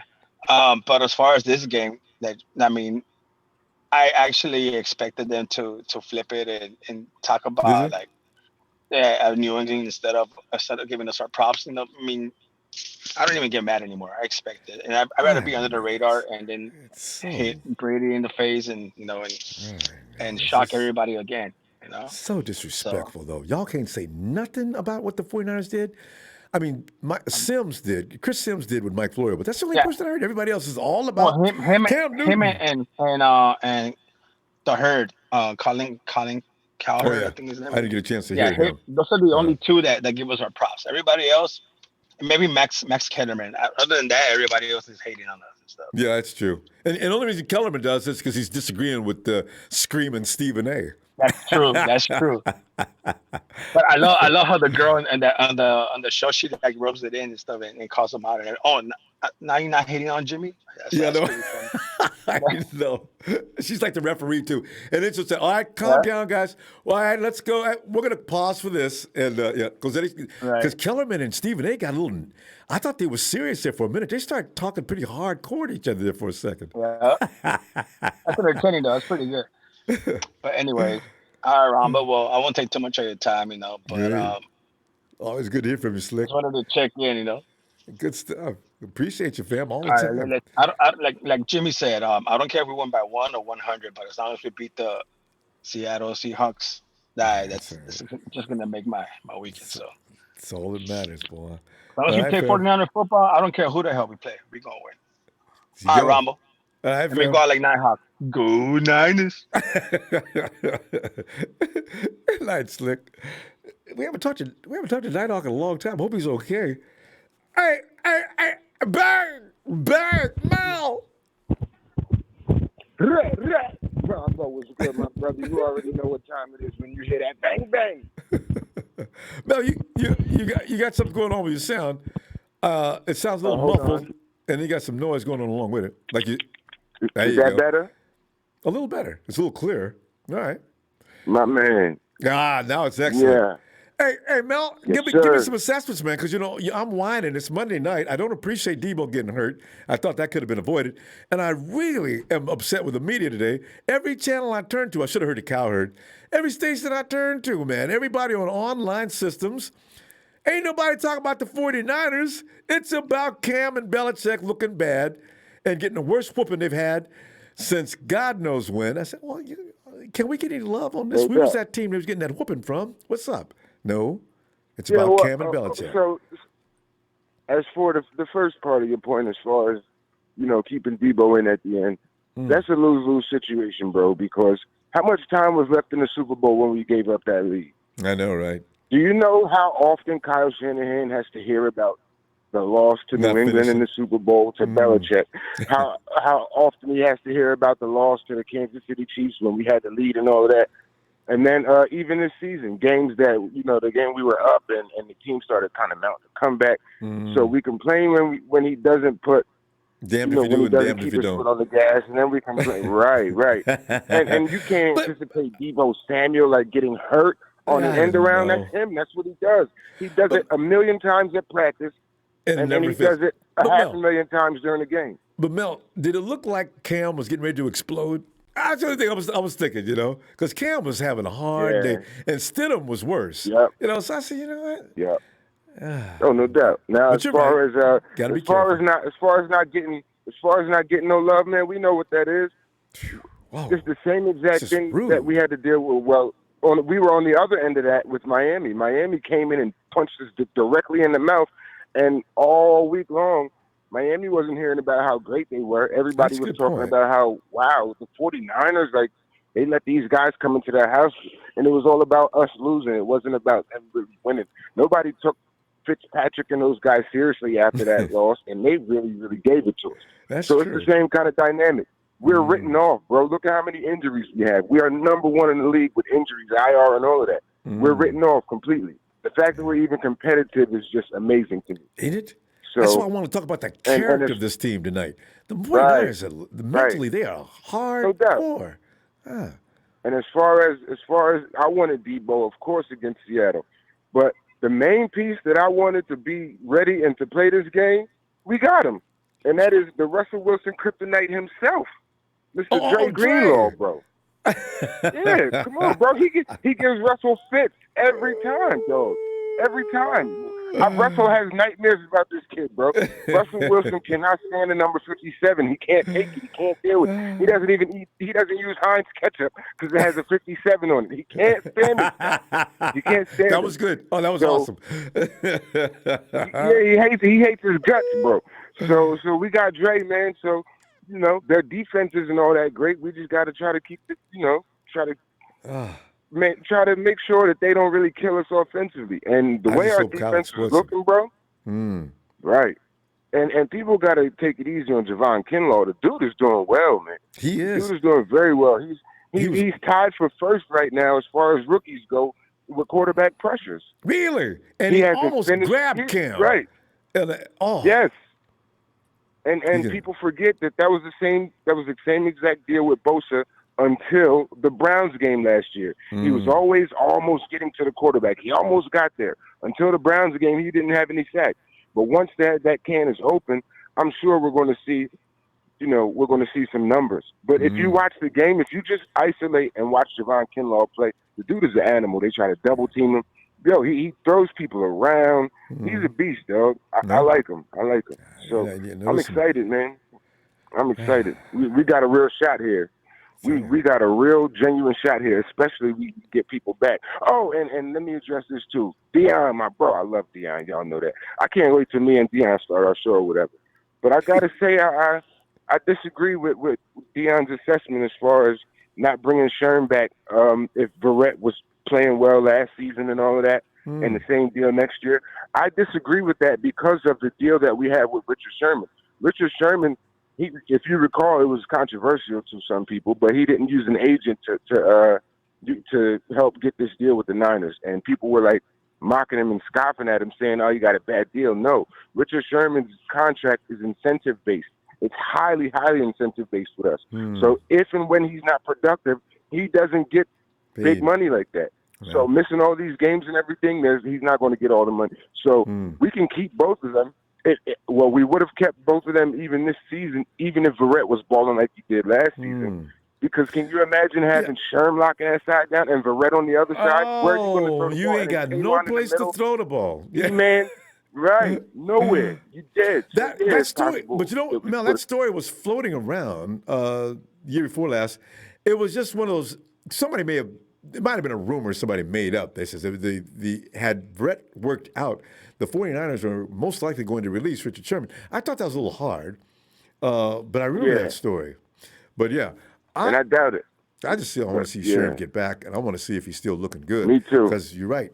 Look at who we get back after the bye, dog. Oh, everybody. For the last leg of the season, we get the whole shebang. Like, we got everybody. And people are, and that was the last thing I wanted to talk about. Real quick. McKinnon. I don't think, got you. I don't think it's a matter of not having faith in McKinnon or anything like that. McKinnon is coming off for 2 years and not playing, and he hasn't even been in his regular form. So I believe that Kyle Shanahan is kind of saving him for the last leg of the season. He doesn't want him to burn out early like that, especially you got guys getting injured left and right at the position. So I think he's trying to save McKinnon for the last leg of the season. And you know, at that time, so he'll only get stronger and he'll get better. He'll start to return back to his older form, and he'll be fresh. He'll have fresh legs come the end of the season. And exactly what we need. All right, fam. Let me see you Wednesday, Mel. All right. No doubt, man. You know what time it is when you hear that bang bang. All right, Ronbo. Talk to you later, my bro. All right, fam. Down. Night. Yeah, I was going to tell you. Eric Meisner. Thank you, Eric. He says, hope we beat Hawks and watch them say, after we hopefully win, we have injuries. And then we look at him like, have you seen our injury list? Thanks, Eric. So true. You know, no team can really say anything about their injuries anymore. Seems like everybody's got injuries. Coach, come on in, Coach.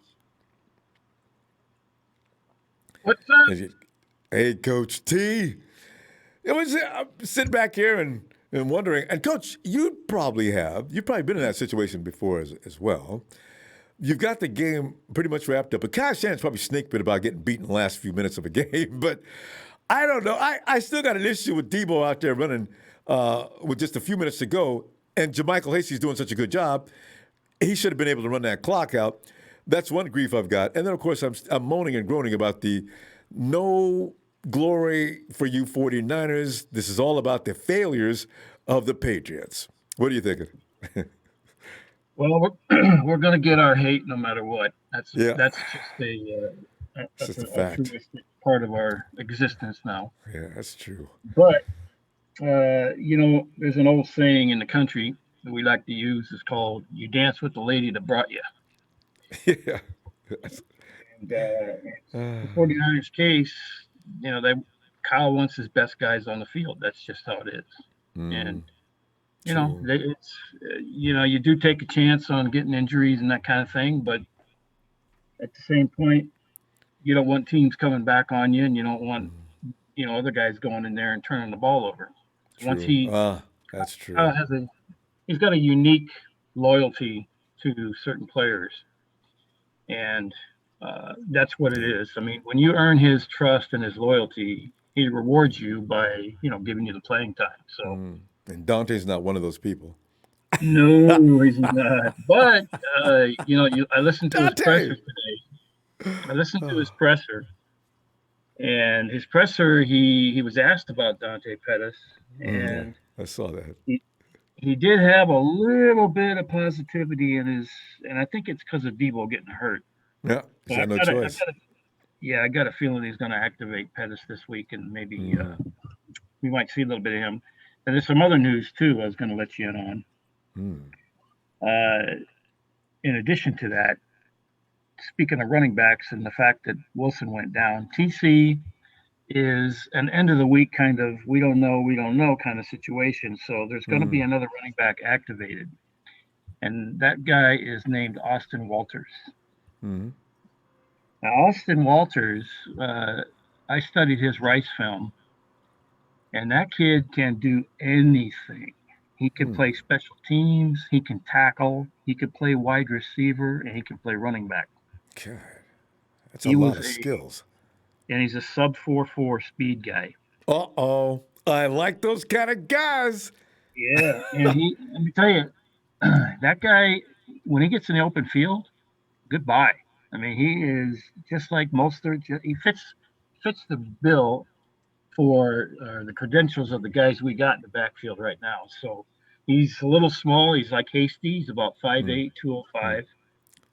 But, those are the worst guys, though, Coach. That low center of gravity and heavy. Well, yeah, and it's just the nature of what they do with the rotating backfield. So I think he's going to be added. He's going to be brought up this week, and it's just my feeling. He's going to play special teams. He's not going to start. I think Hasty will get the start. And well-deserved. Yeah, McKinnon will be there, but McKinnon's, like you said, there's something odd going on with him. He might actually be nursing something that he's not, being completely honest about. Maybe I don't know. Yeah. But he's good enough to roll on game day, so he could still play. But Hasty and Austin Walters is going to give us something out of the backfield. That, I mean, he can line up outside wide. I mean, the kid is. I mean, you've seen McKinnon do it this year a few times. But this guy will scare people out there, and he can run routes. I mean, if he's been on top of the offense, I got a lot of confidence you're going to see him in probably some drawn up plays for him. Sounds like he could be a good return guy too, Coach. Very good returner and coverage teams too. He's the first guy down making tackles. With that kind of speed and Oh, yeah. and weighing and got a couple of pounds, that should work. I'd like to see him now. I didn't know anything about him. I knew Kyle was going to go to the well to him last week, possibly, and it sounds like next week's probably for sure he might. Yeah, I think he's going to bring him up. Now, Hasty's he's probably going to get the bulk of the carries, like you said. I fully expect that. But Walter's going to be one of those. Hey, let's put him in here in this situation. Let's put him in that situation. So I think we'll see him. There's one other thing I want to bring up.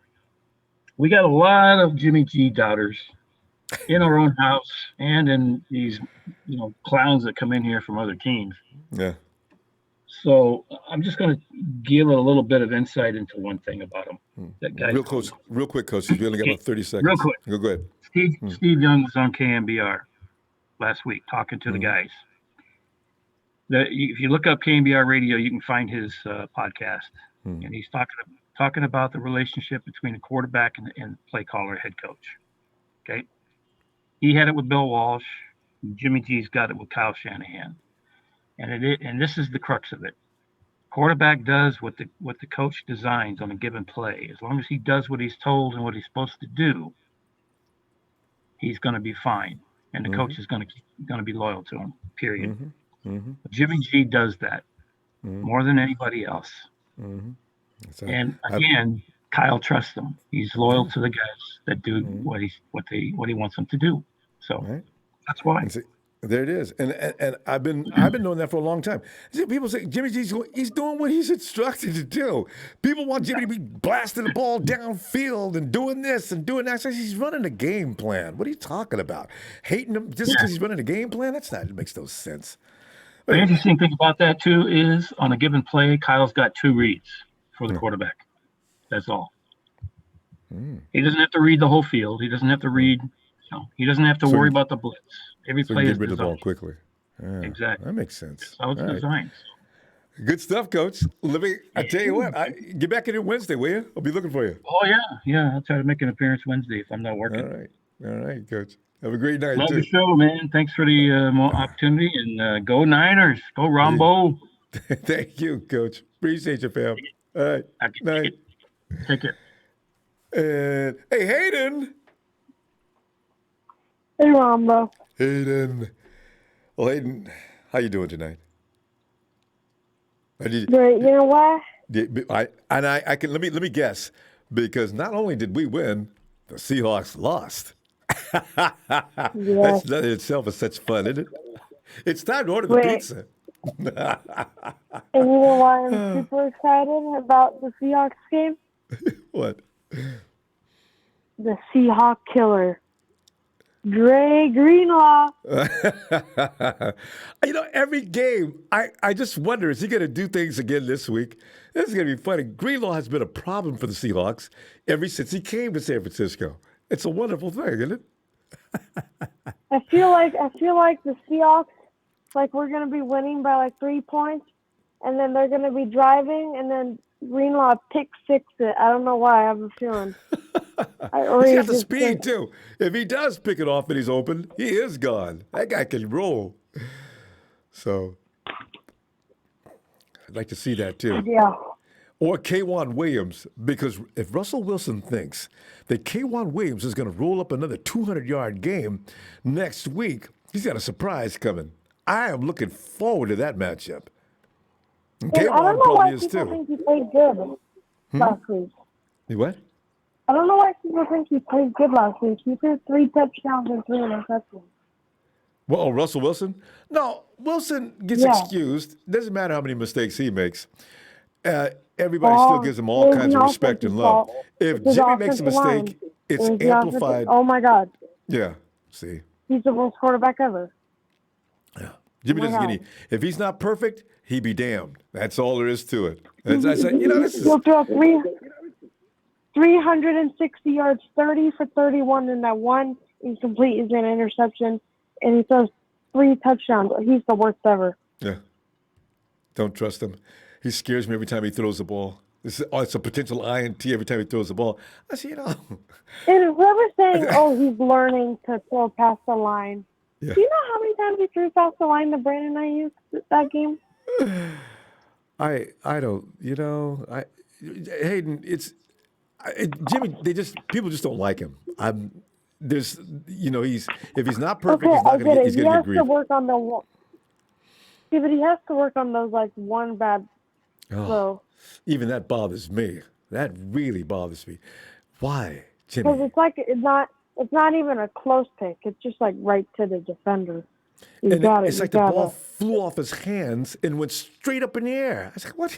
How does he lose that? Every interception he throws, it looks like that Nick Mullen throw in the Eagles. Yeah.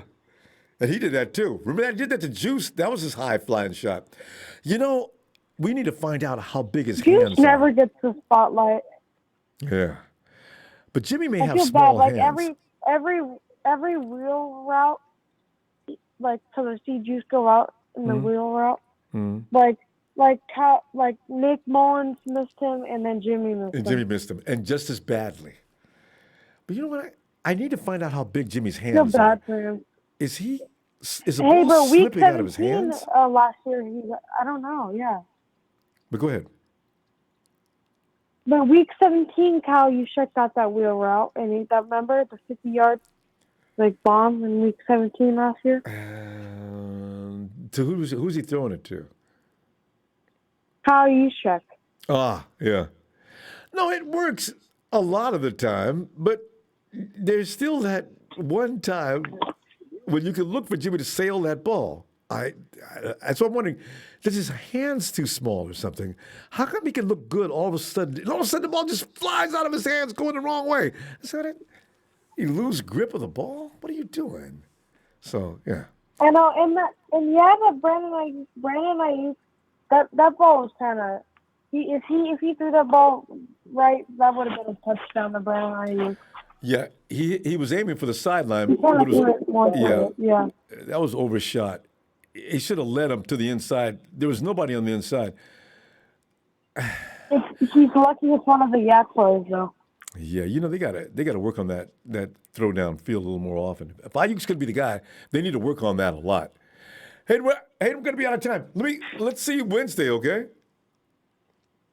Bye, Ronbo. All right, got you night, Aiden. Hey. Renzo must be sawing logs with the power. Renzo, is that you? Or was that maybe Hayden was lumberjacking?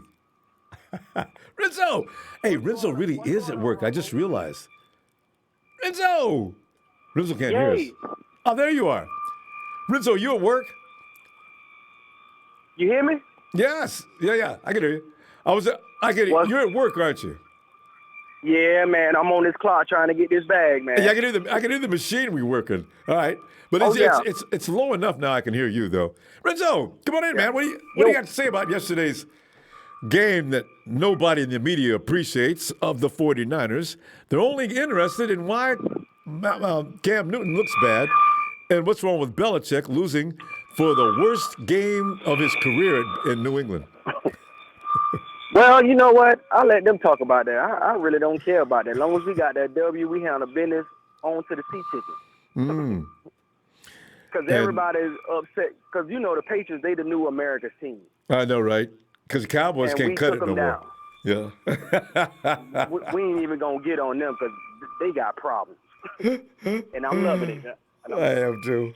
They look like complete ass. I love it. But even though with these injuries, we playing like a desperate team, and I like that. I know, right? Everybody's we like a cat tough. a dog been backed up in the corner, and we fighting. Man. And biting. We fighting. We fighting. We trying to win this thing. And I like the way Kyle Shanahan put his foot on their neck and kept it moving. Like, hey, run the score up on them. And they did. That game was a whooping. Yes. And you're right. He did try to run the score up on him by running Deebo around that corner. But I did have a problem with that because I thought Deebo should have a seat or just watch for the rest of the game and let Hasty continue to ruin them people. He was doing a great job. See, But anyway, what we he'll need be to do too, when we get a big lead like that, bring in, you know what I'm saying, your backups, let them get some rest. Yeah. You know. Keep them ready. But I ain't gonna lie though, it's gonna be a nice game though against some Hulk with that cyborg they got over there. I know. You know, I that's watched that. I couldn't believe DK did it. I was like, is he gonna Hulk him down?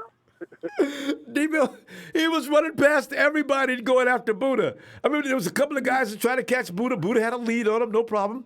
And all of a sudden, you see this massive individual come out of nowhere, every stride, eating up ground. And, he got him. It And they didn't reminds me of that score. movie scene, Terminator, when T-1000 running after him. That's right, huh? Running down cars and everything else. I'm like, yo.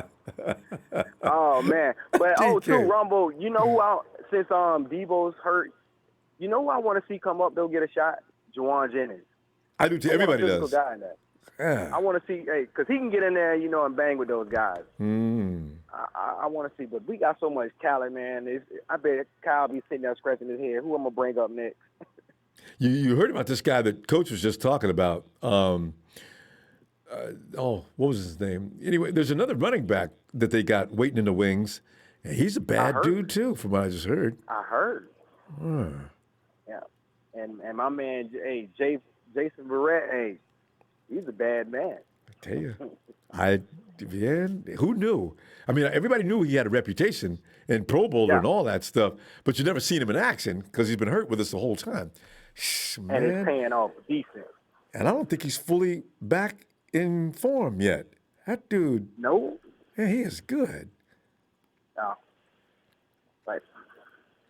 We'll see what it looks like this I'm going to have weekend. to cut it short, man. I got to get back in on this clock and get this bag. All right. You go ahead and do that. Good to hear from you, Renzo. Talk to you All right, Wednesday. man. Get a Much chance. love to you. Thanks, All fam. right. Night, Renzo. All right. Be safe, bro. You too, fam. All right. Hey, Nate. What's up, man? Nate, Sorry. Nate, it's like another W, man, 2 in a row. But as each and every week, it cost us a couple of players. And this week it's Deebo and the guys that you love most during the game. Deebo and Wilson Jr. No. Yes. Yeah, that's I don't know what to say. We got a tough game against Seattle. The problem with Seattle is that we always have to worry about Russell Wilson running out. And so the pass rush is always going to be tentative to attack the way they want to attack. And they're already having problems, not getting to the quarterback. Our middle lineup, like our defensive tackles, strong with Fred Warner, really strong. It's like there, but we don't have any defensive ends that can really get to the quarterback right now. We need to blitz like Arizona did. That was smart. When they started blitzing on them, I enjoyed that. That's what they yeah. It's a good game. But Nate, you know what we do have, which is going to be very interesting to see how this works out. Okay, for some reason, our coverage is causing quarterbacks a lot of stress. I say that because you saw Jared Goff go through that, and you saw Cam Newton go through that. Now, then I got to give the 49ers any credit on that. But I'm seeing 2 quarterbacks can't find anybody to throw to. It's unfortunate that our defensive front isn't, while that guy's looking for that, everybody downfield is still looking around for like way too long. I wish they'd drop him. So let's see with Russell Wilson. He's going to do a lot of running this weekend, I got a feeling, because K1's not going to let him have Tyler Lockett like he had this last week.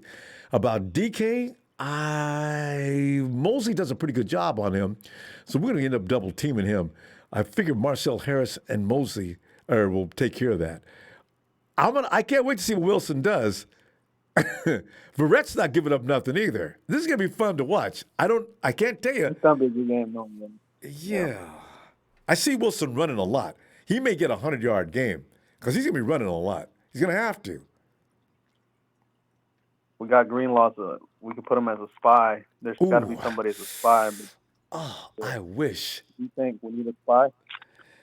Yeah, but Saleh, they never do that kind of thing. You notice that? Yeah, they don't. So he's going to have a lot of time in the pocket to create. That's the problem with that's why they can run all those long throws, because he creates time. for his wide receivers, and then his wide receivers eventually get open. Mm-hmm. We have to find a way to put pressure on him. That's just it. That's just if he runs laterally, if he doesn't cross the line of scrimmage, if he's running for yards, but if he tries to run laterally, I think our linebackers can get him though. Now the Greenlaw can come up. Now Warner can come up. All the guys can come up now. The problem we're going to have on offense, though, is Deebo, man. That he is something great. He's special. You know that? He's special, dude. Like, really he's a switchblade, man. The switchblade, man. He's like a switch army knife, you know? He does everything. He can run the ball. He can catch the ball. And they're right now, Jimmy is not throwing a good deep ball. It looks like he doesn't have the hand grip on the football correctly. It reminds me kind of like Alex Smith in a way, though, but he can still make better throws than Alex Smith and better decision making.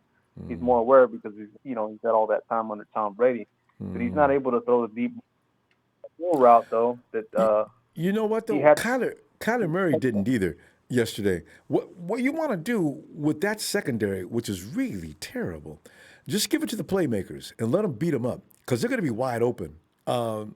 Kittle's going to be wide. I seen guys wide open yesterday against the Hawks. I didn't believe they were as bad as that, but that's all Kyler Murray did. Just pick a guy out in midfield, let him do his thing. Because when you start going deep, you give the other team a chance, unless it's really set up properly. So let George Kittle kill him. You know that's what he loves to do. Let IU kill him. You know, Kendrick Bourne. They don't have anybody that can stick with Kendrick Bourne. Let Kendrick Bourne kill him. No need to go deep. Yeah, IU can really run, man. That's something. He runs beautiful, and that throw. You know, that was a touchdown throw that Jimmy missed on that. He should have threw it a little more toward the middle. Yeah. Well, they need to work on that anyway, though. All right, man. Well, that's all I have to say, man. You have a good show. You know, that's all I have to say. Basically, we're just gonna have to. No Deebo though, man. I know. He'll be back in a couple of weeks, unfortunately. After we get through with the Hawks and Packers. Too late. Anyway. Oh my. All right. Yeah, Nate. 2 big games. We're missing our biggest player, man. Anyway. All right, we'll survive. You have a good night, man. You too. All right, Nate. Yeah, in fact, no Mostert, no Deebo. No Jeff Wilson Jr. Hey, Cedric. Ronbo. Cedric. Come on in, fam. What's going on, man? Oh, complaining. I'm complaining a lot tonight. You know, I don't know why I get mad with the media. Cedric, the media's never going to change. I don't know why I even say anything. All they talked about was Cam Newton and Bill Belichick. They didn't say a word about the Niners. That's fine. Well, I just caught on to your show. I watched the game with you Sunday, and for the first time, it felt kind of weird because everything I was saying about, why they calling flags on the way we hit the quarterback, where you were saying the same thing. So it was like we were going word for word there. I enjoyed watching the game with you. Thanks. Cedric, I don't know, man. Well, Jimmy got blasted after he got rid of the ball. No flag. We got Deion Jordan trying to wrestle with the offensive lineman. He finally wins. He falls down. He wasn't going after the quarterback at that point. He was just falling down. He hits Cam on the feet and 15 yards. Oh, come on, Ralph. That wasn't. Yeah, those type of calls that can make or break a game right there. You lose like that, yeah. But luckily, it turned out in our favor, though. Did we get an INT in that play? They get 3 points. That's where they got them first 3 points, I think, right? Yeah, that's where they got their first 3 points. Yeah, we got because I seen in your stream that a couple of guys said 49ers. I think 49ers had. I forgot what the score was, and the referees had 3. Oh, yeah. But it wasn't. I remember that. I said 49ers 10, referees, and Patriots 3. Yeah. God. Right, yeah. Just a terrible call. But I've been listening to the show, and, with being a 49er fan, it's kind of a gift and a curse. Yep. It's a gift because, we had Joe Montana and Steve Young winning Jerry nothing but Rice. championships. So many names. Jerry Rice, so many names, and so when you set up so high and you're used to excellence, the teams after that they got the bar is set that high for them to compete with. Years ago, yep. And that's all we're doing. We're chasing. We're trying to chase to get back to that top. Yep. And had 2 opportunities, Cedric, and lost on both occasions. 2013, and was close, and 2019. Yeah. Oh, man. And we're close to winning both of them. Yes. And one more thing, Fred Warner is killing it, bro. The way I like the way the commentator broke his game down Sunday. What was messing Cam up is like, you got Fred Warner playing the middle, and he's out there covering your slot receiver. It's like, what other middle linebacker in the game can cover receivers like that? Boy, and picked him off one time too. Picked him off, yeah. Fred Warner's Fred Warner picked his game up. Mm-hmm. He worked on it all off season long. That was to keep his mind off of losing that Super Bowl. Fred just said, I'm going to just go get better. And he didn't want to talk about the Super Bowl. I said, Fred, I'm with you, man. Later for that Super Bowl, man. And everybody knows I'm not going to get into the refs again, but I'm just saying that game could have been different. And Nick Bosa has also promised not to continue to complain about that no call. That's all right, because the Chiefs, right? They got away. Yeah. Okay. Hey, Andy Reid, the song for Andy Reid about how long it's been since 50 years he's been to the Super Bowl. He ain't won one, so he had a lot of fan crowd going for him. But I just don't want to see Bill Vinovich any more serious game. I don't want to see him in the playoffs. And Lord knows I don't want to see him and his crew for the Super Bowl. I want guys who are going to call that game even out there. Don't you go let him play. Have it favored in one way. Yeah, because his crew's going to let him play. I understand what Goodell was thinking. Let him play. Okay, well, that straight arm, or that play you called on George Kittle in the first quarter, why didn't you let that go too then? Right. Okay, it's too late, Cedric. We got to get back to that Super Bowl, and see what they can do. We just got to get. But before I go, you think that we're losing too many key guys for us to stay strong this season? That's the thing. It's just like, I know we got depth, but you can't replace a Bosa. Yep, it shows too. We're not getting any sacks, and Bosa was also the catalyst for helping that whole unit work better because of his activity. He kept an offensive line on their toes, right? And also, not having D Ford is not helping any. And you look around, you're right, and we're not seeing the same production from Eric Armstead. We're not the same defensive front line, but that secondary, Cedric, whoa, they look good. If we could have had that secondary with last year's front four, championship, God, championship. So we'll see what happens. D Ford needs to come back. Somebody needs to give him an ultimatum. He may be back in 2 or 3 weeks, and if he can finish the season, that frontline rush could be back. So we'll see. And the way they looking at the Seahawks defense ain't that good. Packers defense ain't that good. So the Niners, they still got a good shot. Yeah. And second line players are stepping up big time, Cedric. I didn't know what a JaMychal Hasty was. I knew Jeff Wilson could play, but I knew he could play like that. I'm telling you, they're trying. And they in the game they was calling him like a little baby Marshawn Lynch. I know, he is tough. The way he had the jump cut going on, that one jump cut, and then that acceleration through. Yes. Cedric, we're gonna go. Let's see you Wednesday if you get a chance. All right. Okay, I appreciate it, Romo. Hey, thank you, Cedric. Have a good night, fam. Thank you. Hey. You too, man. Thanks. Well, fam, I'm a roll on a body. I'll see Wednesday after press conference Wednesday. We may find out some things. We'll find out, is TC, he's going to be a later in the week's decision, but knowing Kyle is not going to say anything because he didn't want the Seahawks to get ready for TC. We'll find out later in the week, and some other things may even develop. Who knows? The 49ers may be trying to find some more help. Dante Pettis will probably be active, and some of those other things will be funny. We'll see what happens. 3.5, we're supposed to get beat by the Hawks in the clink. Fam, I look forward to seeing you Wednesday. Hit that like, fam. Wait. You know I love those likes. Bye-bye!